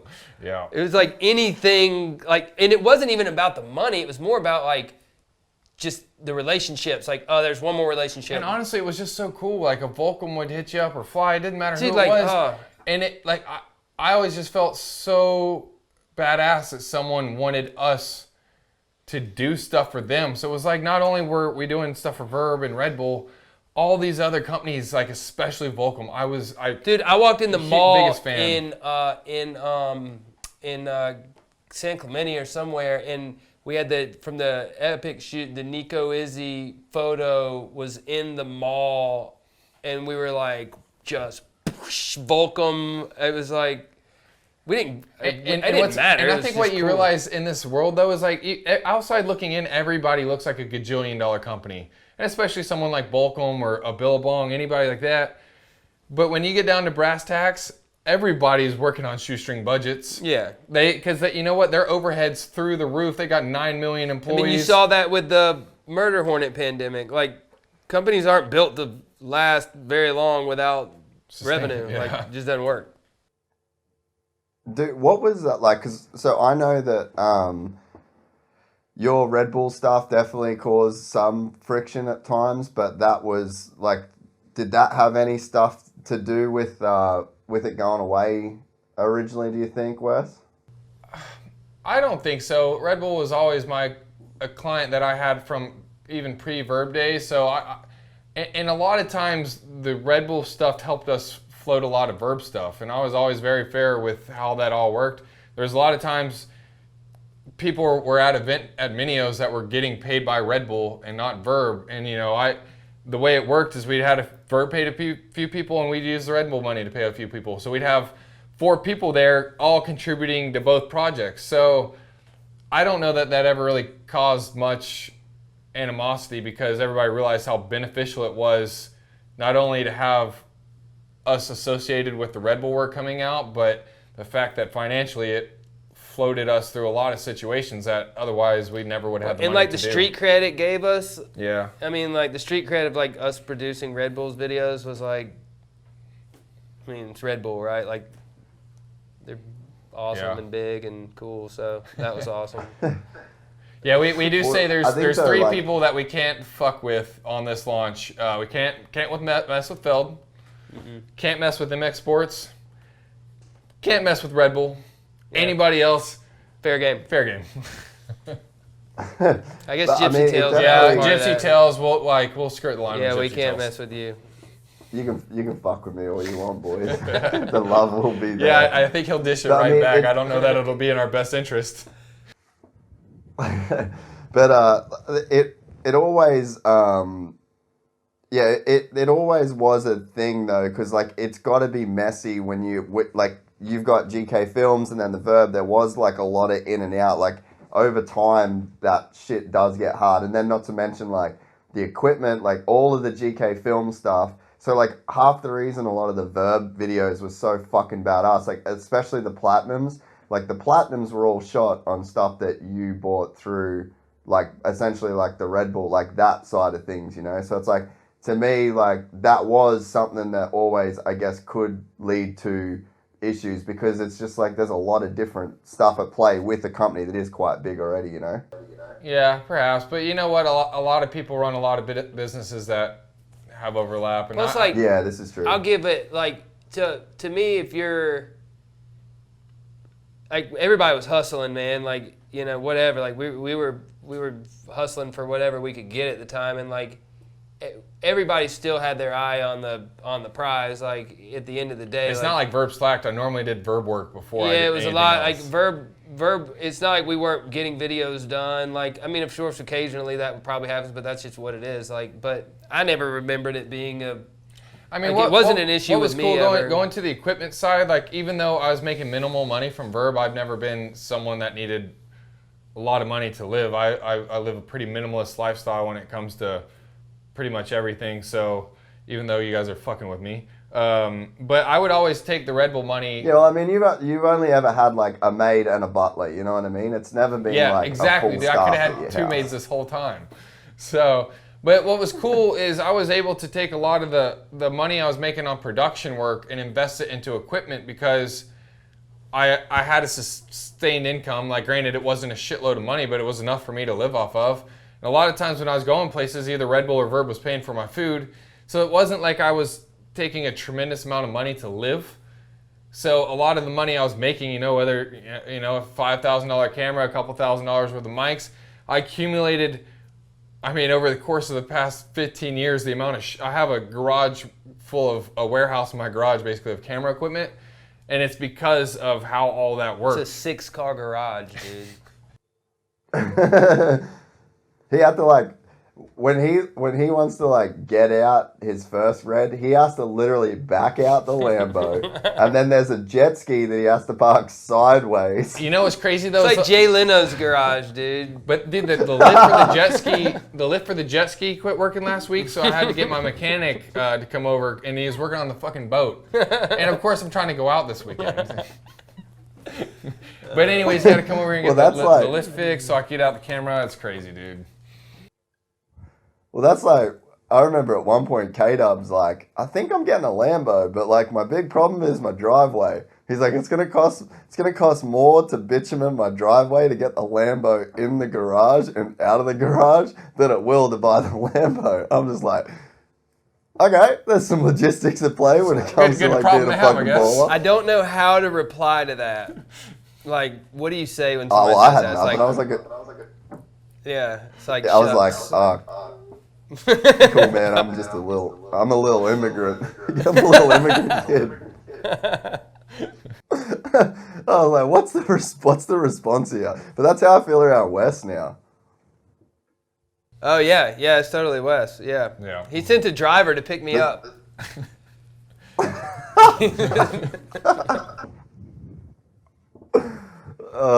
There's just like, you know, like you've got your friends and they've sort of been there for a long time, but like you kind of can't help money just creating distance. And it's like, it's not the halfway around the world thing that why me and Wes aren't as close. Like, it's not literal distance. It's just straight money now, you know? Like, we're just not on that level. Mm-hmm. Yeah, true. Mm-hmm. True, you got me. Yeah. I mean, believe me, it's caused a lot of division between Brent and I. Like, I have like 17 more bucks than him, and he thinks for some reason he gets it. So, and I'm like, dude, if you didn't have 2 kids, maybe you'd have 17 more bucks. Keeps pressing me for more Verb stuff. He's like, dude, we need 6,000 t-shirts. Get ready for this thing. I'm like, yo, dude, like, we're 50-50 partners, man. Like, how am I supposed to come up with this kind of dough? Like, I can't roll with you. You're on a whole nother level. I'm going to have to sell my half pipe. Like, yeah, and your rollerblades. the funniest thing is, like, I remember times where Wes would be like, all right, fuck it. I'm getting this lens. It's like $24,000. And then he's like having this like deliberate, this like full turmoil over buying this $24,000 lens. And then we'd like get up in the morning, drive to the shoot. And then I'd be like, hey man, we'll stop and get a coffee. And he's like, we're getting fucking Dunkin'. You are not going to buy your fucking latte from Starbucks. It's $3.95. Priorities, like, man. There was times where I knew he was joking, but there was definitely times where he was like dead serious. And I just never budged, bro. I never drank Dunkin' Donuts one time. Danny, like, dude, it still happens to this day. Everybody wants to get 2 large lattes twice a day, and they're like $6 a pop now. I'm like, Jesus Christ, dudes, we spend like $48 a day on coffee. Dude, when you're driving the train, man, like, you should taste these lattes Wes Aubrey just made us, though. Like, Nespresso, son. That stuff goes hard. Hey, but I've started getting Airbnbs just so we'll go to the grocery store and get coffee, and you got to brew. We're brewing that shit before we leave. We don't even do the dunks runs pack anymore. your cups, boys. Hey, it's ridiculous. Like, Leslie called us one year, and she's like, hey, do you want to know how much you spent at Starbucks this year? And it was one of the Verb years. I was in the car. Yeah, and it was just, I think it was just on the Verb. You were in the car? She's like, it was like $6,000 or $6,800 at Starbucks. And I was like, we should probably curb that. That seems a little excessive. But like, that's what happens when you got 5 people In the car, everybody wants a latte. Everybody wants the protein box that's like $7.50 now. And then hey, can I get the Ethos organic water? $3.80 water. And I'm like, no, we're going to Publix, assholes. Holy shit. Look how mad he is, dude. He's still mad about it. That's what I'm saying, like, and then it's like click red order for like $30,000. Well, how do you think like, you can afford the Reds if you spend it all on coffee? Oh, dude, that's hilarious. Hey, every dollar counts, that was like dude. my one. I'd rather be camera poor than coffee poor. Non-negotiable. It's your non-negotiable, like My coffee? one non-negotiable. I was just like, motherfucker, I'm down. I'm down to work as hard as we need to work. But you are going to buy me a coffee that I fucking enjoy in this country that has no fucking clue what good coffee is. Suck my dick. There's The one amount fucking of coffee times order. I've heard this. Like he's still upset too. See, I know. We're digging up old stuff, man. I love it. We're getting to the bottom of the real animosity here. in a country that doesn't even fucking understand coffee. And Gary will tell you the same thing, but No, about bread. Add bread to it. Oh, he hates our bread, dude. Oh. Gaz hates the bread over here. Fuck, mate, you Dude, can never the find amount any of- fucking good French baguettes over here, mate. Fucking bullshit. Like, he was always complaining. Dude, the amount of times where like Wes would just look at me and shake his head and walk off when someone started talking to me about something, I just was like, I just had no. Nowadays, I've just got an off switch. Like, I can just be like, cool, man, I ain't getting into this with you. But, like, back then, I was just Jace like, used to be the let's debater. do it. Let's fucking do it. He's a debater, and obviously that's why I ended up with a podcast, because he loves to debate shit. And, oh my gosh, it just... Wes would just be shaking his head like, shut the fuck up. You're talking to, like, an idiot. You know, like, why would you debate with an idiot? I just don't At even... the I don't have no Starbucks, response. bro. That shit still hurts, man. I worked hard, Wes. I just want to fucking. All right, coffee. you know what? Next time you come over, I'll freaking take out a home equity line, and we'll go get as much coffee as you want. You need like a credit on that mansion just to fucking keep up the coffee bill. Oh, dude. Well, so what are we launching? Like, what can we expect from the launch? What are we launching with?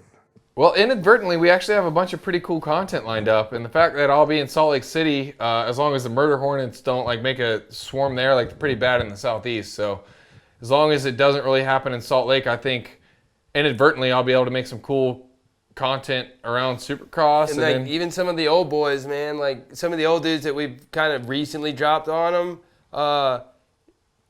like so many people want to contribute to it already. Like, we got some AM stuff, like with some fresh AM kids, like out in Texas. We got some pro stuff with like some of the original dudes that we were shooting with. Like, yeah, the network of kids and people that we already got together, like Jared Connolly that does the World of Echo. He's a great writer, a great videographer, and I've been following him the past few years because he does his own podcast with filmmakers. But then he also does these like really cool videos from Loretta's with 16mm cameras, and I'm just like. It's cool that he has the passion to do this. And then, Seth Hedges in Texas, another kid I've been following for 3 or 4 years. I see him at Loretta's every year, and I've watched his stuff progress on Instagram. So I hit him up, and I'm like, hey, man, I love where your style's going. What do you think about doing a video for our launch? And then one of our true OGs, Kyle Cowling, is shooting something with Christian Craig, who was one of the very first people ever on Verb. Actually, it was on Allegiance. It wasn't even Verb yet. So we're doing this whole full circle video with Christian Craig. Boomer, Chase, like even from the writing standpoint, like it's really cool the response that the few people that we've even let know about it. Everybody's like, oh, get me in. Like, I want a piece on there. Like, I want to have. Will Posey's probably gonna edit some of the stuff videos for us. We're gonna have fingerprint. Everything that's on the site initially will have fingerprints of everybody, which will be cool and just show how much the collective of our group really enjoys what this will become. And we'll be taking some of it'll be pretty ridiculous, dude. Yeah, we got some stupid shit. We got some awesome shit. Yeah, we got stupid shit. I mean, like really stupid shit, like unbelievably stupid. But it'll be funny, hopefully. Yeah, it's funny stupid, like not stupid. It's no, it's hilarious. Yeah, I definitely think it's funny. Like our launch video is prime. And then the second video is pretty damn funny too. And then we got a Gypsy Tales podcast here. So we got some cool stuff. And I'm sure, like I said, being in Salt Lake City amongst a bunch of murder hornets, we'll get a lot of stuff done. One thing that is interesting to me with like, if you look at just like content and like the landscape of content and whatever, is like, nowadays, for example, so I went and did the Formula One podcast for Red Bull at Melbourne this year for the F1. And then I'm there, they've got like the full big budget crew of like, they had Alan Hardy, they were doing like their big video that they do for their Wednesday activation. And then they also had 3 people from like Red Bull staff with these like gangster iPhone rigs. And it's like, content is so fucking different now. Like, I remember how hard me and you worked on Dream Ride, Wes, to produce something that like literally had never been done before in moto. Like, we just went all out. We used the craziest shit. We used like, one of the Reds on Dream Ride was fucking owned by Peter Jackson, and it was like on loan from The Hobbit. So it's like, that was the level that we like went to do like dope moto shit. And then we had the Phantom, and there was in fucking helicopter, like. And a 206 nonetheless, like a legit ass helicopter. Yeah, there was no drones. There was no, like, everything. We were flying over fucking, like, full-on World Heritage listed rainforest and seaplanes and like, we went as, like, big as we could. But, like, you could do that somehow video Jace got now. all that for free. Gypsy life, bro. So anyway, yeah, I'm sorry. But yeah, it's like that now. If you drop that same thing now, I remember the reaction to that was so fucking cool because it was a thing that literally nobody had ever seen stuff like that. And then the Platinums as well. It was like, it was all around the time where that kind of thinking was being rewarded and encouraged. And now that is gone in a way. Like, I won't be going out and trying to do that same thing ever again because I just don't think that it's appreciated or valued in the same way. It's almost like that's like run its cycle. Maybe it'll come back, but I wonder with like, if you guys did a Verb Platinum right now, it's like there's been such a hole in the market for so long. I mean, to its credit, the fucking Dirt Shark stuff's pretty cool, but it's not Verb Platinum. It doesn't have that same sort of, it's got its own feel and branding to it. So it's like, I wonder where a Verb Platinum sits in the market nowadays. You're right, and I think we've kind of talked about this. I think Verb had to go away when it did to come back now in a completely new and like revitalized style. And it also gives us a chance to be creative and unique on how we're going to spin, especially video content, which again, we've have endless ideas. And it'll be cool to see how they come to life because it's not what you're thinking. It's not Art of Flight next level, bring in Movi carbons on side-by-side rigs with black arms. Like, I would love to do that, but that shit costs a lot of money. And you know, maybe we get to that point, but right now I think what we got is a very cool and efficient way to make dope-ass videos that you will feel like you haven't seen in a really long time. Like you're saying, Walt, in the Dirt Shark stuff, the way he edits it's so damn cool and like super Walt style. Like I never get tired of that. I love it. So it's just like we've always done. Totally different than everybody else. So take what's being done right now and it's been done the past 5 years that I've seen done on Instagram a million times. I'm tired of seeing that. And the ideas that we have will flip all that on its head. Our ideas are completely opposite of all that. Well, like the hope is too, like that we can stoke up. What you said this earlier, and we always thought this was cool that a lot of the guys that help make Verb what it is have gone on to be really some of the best in the biz right now. Like what Swan and Garth are doing. Like Garth was never a part of Verb, but like he was always down with us. But like Swan is just like his craft is like dialed. Walt, I mean.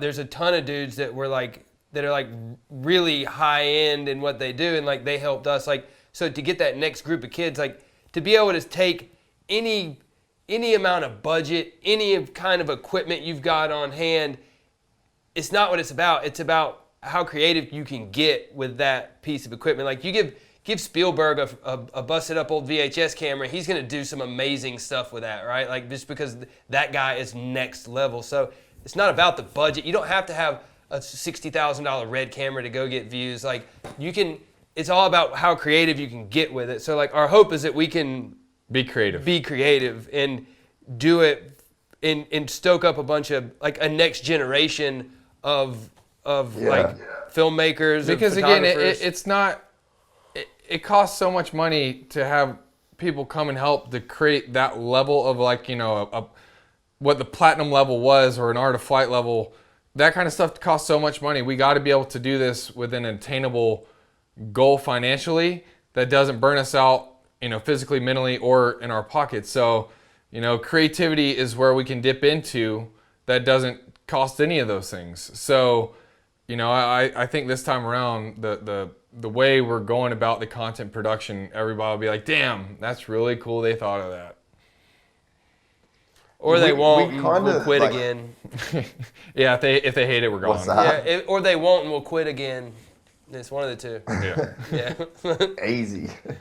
We got caught in like our era of that kind of from like 2010 to like 15, I guess, or 2010 to like, yeah, I feel like that 5-year period, it was almost like a fucking technical arms race. Like the stuff that we were doing, bro, like, and you know, the day for me, like there was a few of those shoots, like it's, I guess Dream Ride to me is still fucking crazy. Like we had no business doing what we did for that shoot. Like me and Wes legit designed the track, like built the fucking track. We had like my friends I grew up with driving Bobcat, like bulldozers. We got like one fucking bulldozer stuck that we were supposed to use for the whole shoot. So then we had to we hustled up a fucking another bulldozer from like a random farm. Like that thing shouldn't have happened essentially, but it shouldn't have happened without $300,000 to pay for it. And like I said, Chase pulled it off, I think literally for free, or my plane ticket maybe.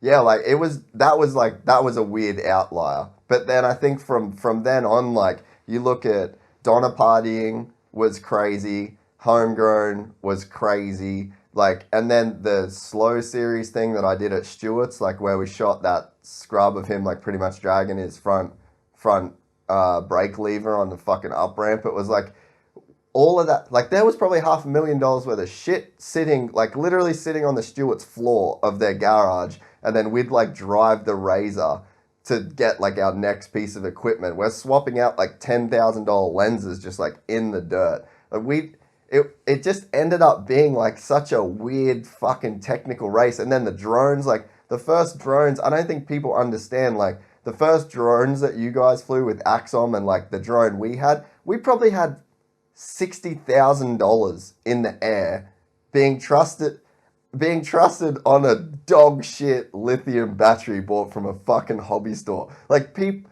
I just don't think people understand like and the like weird all the lengths controllers we and went to. stuff. All the controllers and stuff for the infancy too. Like the GPS would spaz off in some cases and just fly away. Bye. 80 grand. See ya.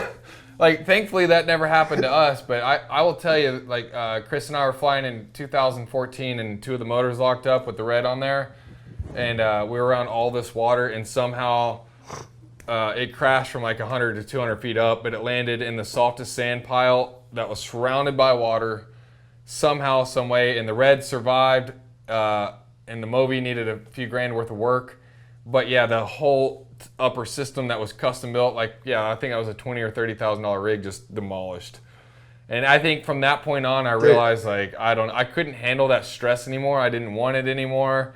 It was crazy because, like you said, it was like a technical arms race, and it was almost like I said this earlier, to our detriment almost, that it was our own bar that we kept raising, and it was, you know, it wasn't like we're trying to battle Racer X or Transworld. They weren't doing videos to even our normal Verb original level, but we were always like trying to one up ourselves in a sense, and it became such an unattainable goal to go do reasonably.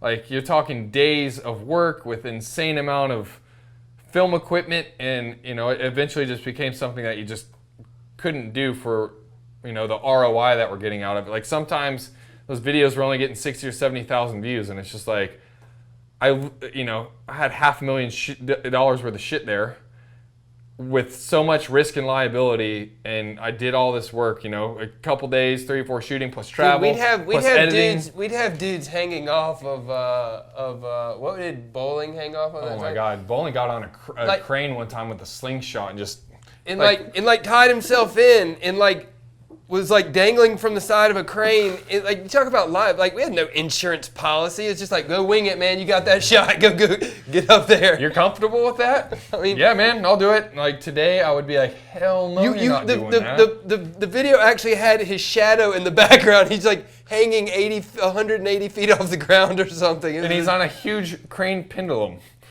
He was the G-force. Yeah, wasn't he? He was actually sliding, wasn't he? Or did he not? I know, it was like a swing. Yeah, it was a swing. Yeah, he was swinging from this thing. He was swinging. The crane would move the arm, and he would swing. Like on a rope, dude. This kid's on a rope, 200 feet in the air. What the? It's stupid. His shadow, and then we were only mad that his shadow was in the shot. We're like, dude, your shadow's in the shot. You can't. What are you doing? Dude, Wes, do you remember? We went to Costa Rica. We had the full we took the kitchen sink to Costa Rica to shoot this Carmichael and Faulkner clip. And Enoch Harris decides that we need to trek through, there's this dope waterfall somewhere in Costa Rica near a volcano. And that needs to be in the video. You remember this shit, Wes? This was there wasn't many times filming where I was like, hey boys, I'm fucking quit. I'm gonna go, I'm gonna drink mojitos by the fucking pool, and y'all don't have to pay me, and I'll reimburse you for my flights, because you can eat a dick. I'm over it. It was legitimately that. We had to hike the Movi, this huge ass helicopter, the lithium batteries. It was 5 miles in the rainforest down this cliff to get this waterfall. There's a dude, a Costa Rican dude with a machete, cutting his way through. He's this guy's oh, I guess people haven't been through here for a while. And I'm just what the fuck are we doing? And then there's I totally there's forgot no about that. Dude, there's nowhere to launch this helicopter. It's That's the size, right. it's fucking 2 meters wide. huge. I'm It's walking. huge. We walked for probably 2 hours through this jungle. We're losing light. I got fucking leeches all over me. And I'm hey boys, I don't want to be the pessimist. I'm always down for an adventure and down to film, but this isn't going to work, man. There's certain elements that we can't control, the fucking sun in the sky and a rainforest canopy above our head. And you want a shot of a waterfall. What the fuck are we doing this for? This doesn't really fit the brief. It's I get it, but no. This is fucking crazy. And we walked and walked. Man, we had to, it was fucking Survivor, bro. We had to lift these cases across these rivers and shit. And it went nowhere. And then it got dark, and then we had to walk all the way back out in the dark. It was 6 hours, dude, of this jungle hike for Just literally carrying no 100 reason. pounds of equipment through the jungle. Never got the for shot? fun. I don't think, did we shoot at all? Nah, we didn't even put the heli up, bro. Hey, then, this is just think today, all you got to do is go grab the Mavic 2 Pro, a battery that lasts for 30 And just minutes. fly it there. You can just fly it there. Yeah.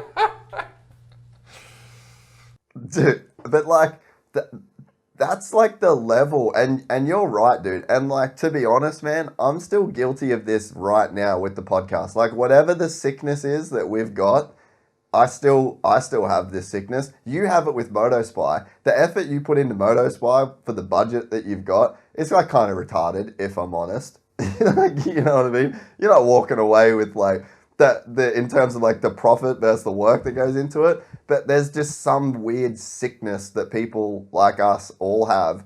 Because it's the same as this podcast studio. This podcast studio has not been the same for more than a day in the year and a bit that it's been in this room. It's just everything that, I don't know, there's just this weird... Wait.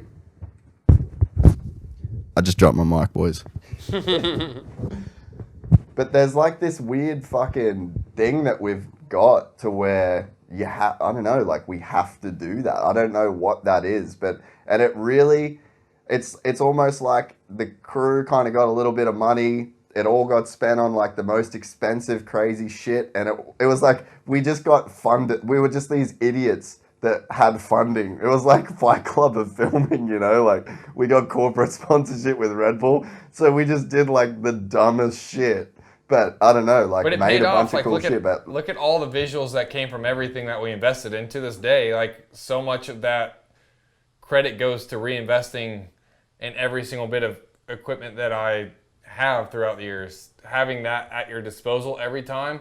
Like when I go do a shoot, instead of me having to rent $6,000 worth of shit, I go to my garage. Well, like to me too, like that goes like if we get the support for Verb, all we're gonna do is dump it into more equipment, more cool shit, more ideas. Like that's all we're gonna do. Once again, making a level that we can only attain. Well, I know, but like because that's what we like. That's what we do. That's what we do, man. Like we're always like. So it's not like we're gonna like Wes is gonna have to pay for this humongous 9,000 square foot house some way, but outside of that, like we're gonna dump it right into fun, cool shit for Verb and like for our fans. Like that's what it's all about.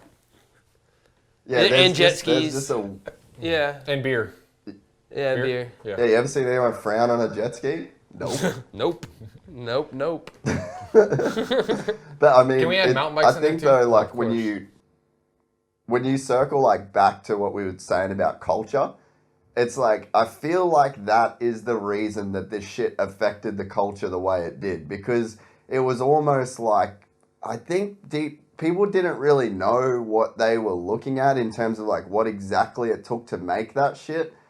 But it's like I feel like deep down people knew like, fuck me dead, these guys are like really doing it, you know? I don't think they knew the nitty gritties, but it's like whatever it was that just like continually drove you guys and like me and like everyone, it's like a weird obsession with just doing it. And it doesn't really make sense.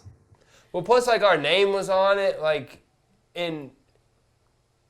You know, you want to produce something you're proud of, right? Like there's a sense of pride in like in anything, like especially like when you're, is it ready? Is it as good as it can be? And then like, you know, you can always, I'll push Wes to that. He'll push me to that. Like, you know, we'll call each other out like, hey man, like, come on, like you got more than that, right? Like, so we compete like still to this day, like no matter what, But it's such a good, like it's so healthy when we do it now. That's what's different than before is we both have run businesses now for a lot longer and without Verb, you know, just different stuff. Yeah. And communication is something that we've learned, and I love to be pushed. I love feedback. I love constructive criticism.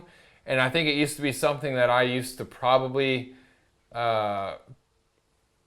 taken a little more negative way. Yeah, like, right? probably. Like, yeah. But now I love it. I thrive off someone saying, hey, what if you did this instead of this? And that's why even Will Posey and I work so well together on Motospy and the editing and storyline. We push each other constantly, and it's never like, oh, hey, you're shitting on my idea. Like, we just know collaboration is always something that's going to increase the product to the next level. So instead of getting butthurt that, hey, man, I don't feel like you put your heart and soul into this, be like, he'll be like, yeah, you're right. We spent 2 hours, no bullshit, we spent 2 hours on the Ryan Dungey leaving Geico post. It was one sentence, man. And we went back, like, we had like 3 or 4 people Skyping back and forth on what's the funniest way to do this. And then finally, I think it was like Chase came out and hit it, and we were like, there it is. But like, literally for 2 hours back and forth, like just having fun. Like, everybody, you should see what didn't make the cutting room floor. Like, it was ridiculous. But it's just funny, like how when you got 2 sentences, it needs to be like super hard hitting. Yeah. And it's like just putting in that little bit of extra effort to make it right is what makes it good. That's what makes it good. You can come out with some super cookie cutter thing, and it's like, oh, that's kind of funny, but that's not Verb. Yeah. We had like just putting in the little bit of extra effort always, makes your product that much better. Mm-hmm. Oh, for sure, dude. And that's kind of like what I'm saying with that whole culture thing. It's like that's the thing that ends up affecting the culture, because it's very easy to like mail it in or stay within like a certain expected framework. And like you can kind of get by doing that. But it's like, when that thing goes away, like there's going to be something else that will be there to step in and just like instantly take its place. It's so easily kind of, you can replicate it so easily, but it's like the way that you guys go about shit, it's just so fucking hard to replicate. There's not that many people that are just like willing to do that, and that's what makes it special, I think. Yeah, I don't know if that's a good thing or a bad thing. We'll find out like the second time around. It's kind of, I go back and forward with that, like it kind of, there sort of is a point where you have to do like money makes the world go around, you know what I mean? Like there is like a certain economy to things. There's an economy of scale, and it's like there is a line that you have to walk, but then at the same time, it's like what we said before about fulfillment. Like the fulfillment comes from, like I said, we didn't figure fucking- out how we were gonna make money until like a couple months into this thing. Like it was all about the content and what we were going to do before we even thought about money. Yeah. Yeah. It was never even about how are we going to make money. And then I think one day it clicked like, well, hey, if we go this route, maybe people will support it. Yeah. I mean, And that's what we landed on. Should we go sell ads? Yeah, maybe eventually, or of course eventually, because in order to do what we want to do, it's going to need to have some good funding behind it. But, hopefully initially people love the fact that we're back and like really want to support it. So, and I think that was the path of least resistance for the whole thing. If people really want it back, they can prove it to us, and hopefully they do. And even if it's a mediocre response, we can still do some really cool stuff, but like we're gonna stay within those parameters, and like that's what's gonna make this different than Alaska. We can't pour every dollar, every ounce of extra time into it anymore. We have different lives, different jobs. And we're not 18 years old cruising around in a box van anymore with 7 other dudes. It's a new decade. Dude, bring back Mighty Whitey. whatever happened to mine? Why we sell it? Yeah, I think Leslie gave it to Is Will. it still in Tahoe? Gave it? Yeah, Will wanted to fix it up, and then I think Will realized it needed a lot of work, and I don't know what Will ended up doing with it. I just wanted it out.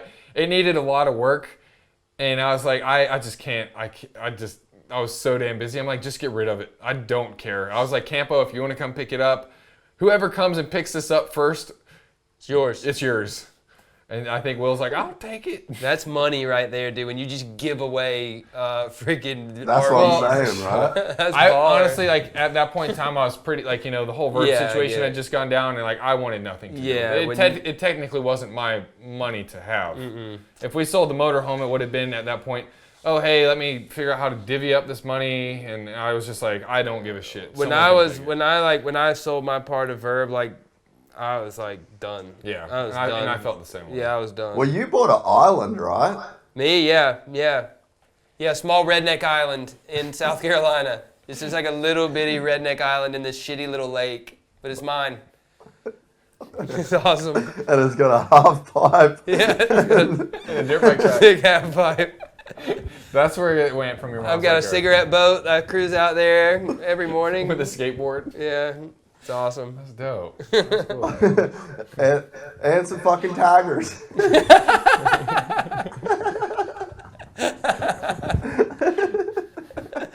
It's my life, man. Dude, that was Mighty Whitey was like my last plan. That was like my failed plan in America. Like when I come back and like I fucking couldn't come in, my plan was to go drive up, get fucking Mighty Whitey, and I was just gonna like kind of cruise around and just do like my last little stint, get my dog back to Australia, and then that was gonna be it. But They didn't let you in, huh? Thank God. that one didn't happen. I remember one story. Oh, go ahead. No. You remember when we were driving cross country like with Walt and Travis and Bulmer and a couple guys for like this, like we're on like month 3 at this point, like, and was it Travis the whole time kept saying, man, I got a warrant out. I can't drive. Like I can't drive. I'm not allowed to drive. Right? Wasn't it Travis who was Yeah. doing this? So all trip, like, dude, for 2 freaking months, he's like, I can't drive. So finally, we talk him into driving, dude, and he sits in the seat We go in to get some goods from the convenience store, and 5-0 rolls up, dude. He didn't even drive 1 mile, and he got pulled over for parking in the wrong place, and they had to check his license, and he almost got arrested, dude. Well, what was great is we didn't realize Mighty Whitey had expired tags for 3 years. Yeah. It was in the wrong place. We had it like duct taped to the back window because the back bottom bracket broke off or something. So we duct taped it somewhere so you could only see half the letters. And then because of that, you couldn't see that the tag on it was 3 years expired. And so, somehow the cop's just like, you know what, guys, just He's like, whatever you got going on in that motorhome, you guys just keep on going.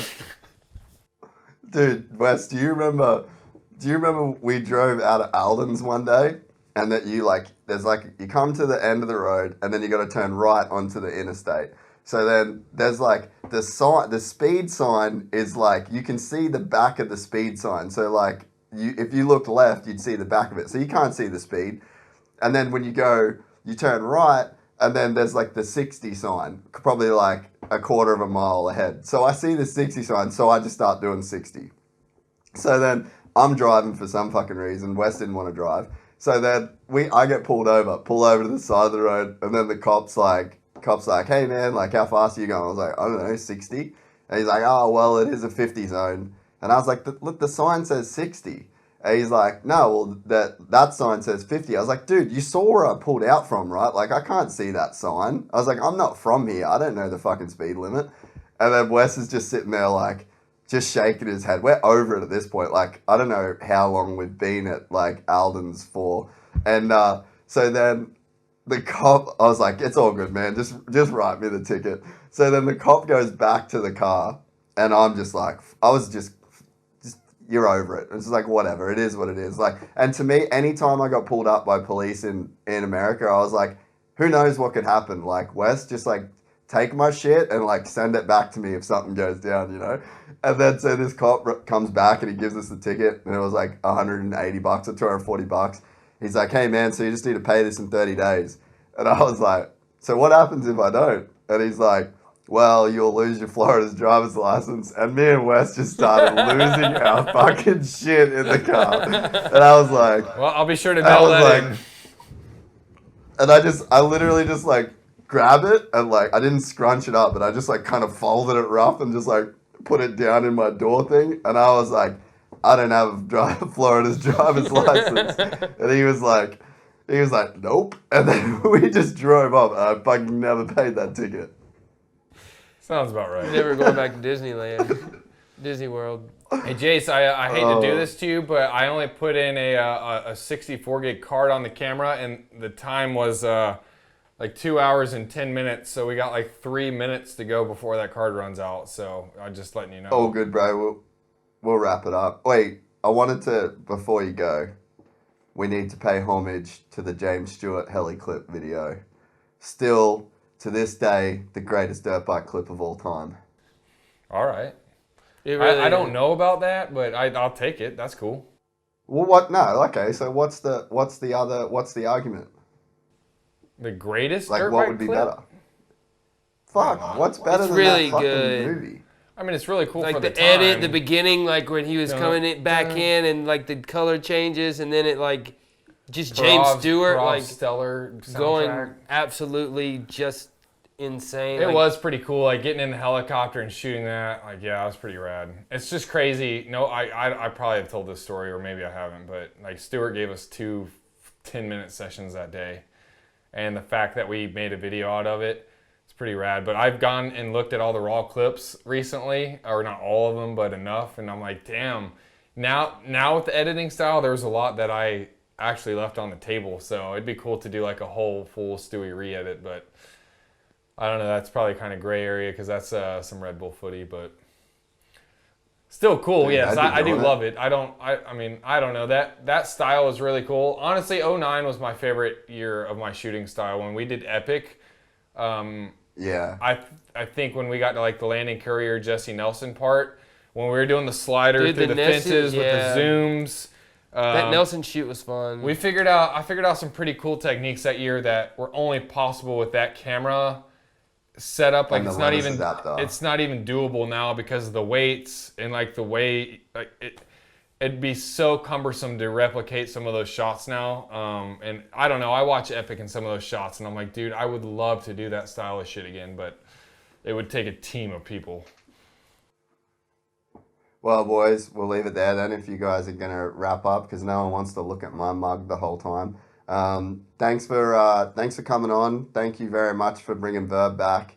And honestly, like, personally too, like, for just public that sees this, like, so much of, like, what I am today is a result of, like, those two motherfuckers there in 2010 letting me come and just run a fucking muck at Motocross Nations 2010. And somehow I contributed enough to, like, all that shit to not matter that much. But, like, so much of, like, my best memories in my life have, like, gone down as, like, under that umbrella, hanging out with you guys. I don't know about best memories, but they're good ones, Jace. Dude, they were epic. I mean, they were epic. As you stated earlier, there's few I wanted to kill you moments that I look back on and laugh at now. But there was definitely a few minutes or a few times that the knife was about to come out and I was about to go to jail for the rest of my life. Dude, Wes and Jay Reinenberg, like, are the only two people on planet Earth that, like, really know the Gypsy. Like, in terms of, like, the ethos, like, the core of, like, that name and what it stands for. Wes and Jay Reinenberg are the only two people that have ever fully experienced that. And, like, I honestly owe those two people so much. Like, it's fucking crazy the shit I put them through. And, like, I don't know, we're all just still fucking here and we're all still doing it. But, you know what? And we're all gypsies at heart, baby. We're still there. Like, I spent many years in the bread van and Mighty Whitey. A lot of time spent gypsying around, sleeping on your mom's couch in Australia. Let's do this again. Yeah, let's do it Yeah, again. let's get some. I like getting some riders in and doing a reaction stuff with some of the old footy. Like, Yeah, that'd hey, be since fun. you're about to have a full day ahead of you while he drives a few hours home and I go up to my bed to go to sleep, so why don't you research all the technical sides of it and get it all set up and let me know what to do? well, I told you what to do and you couldn't make it happen. Should we just cut there? That's the end. Like, Wait, you're not editing any of this fucking deal. All right, well, Verb is back. Yeah, baby. I think we should just release this straight away. I don't think we should fucking wait until this is online. I think you should just tell people and just, like, let's put it out, like, tomorrow or the next day. That And means just I would fucking- have to cut it tomorrow or the next day, which is fine. It's gonna take you till tomorrow So or the what's next the day to fucking- upload me this damn file, dude. Do you know how FTP it? slow your internet is? Oh, dude, my internet is bad. So let's talk when you actually get me the file. To start Yeah, okay, uploading it that's right fair. now. All right, sweet. Well, yeah, thank you very much. VURBMOTO.com is where you are going to be able to go to check all that fucking sweet moto goodness. And I'm excited. That was my daily check for a very long time. And like I said, I owe a lot of everything that I've been able to achieve in my life to what you guys built. So really appreciate it. Thanks for coming on. And Hey, thanks for having us, dude. This will definitely not be the last time. Are you gonna go grab your snorkel? Yeah, let's go full wall. See you, bro. hey, tell Streeter I said bye, Streeter. See Bye you, bye, buddy. Streeter. Streeter, listen to this whole podcast. Hey, tell Sam thanks for the love. Later, boys. Yeah, shout out to brought to you by Fist. All right, love you Later. guys.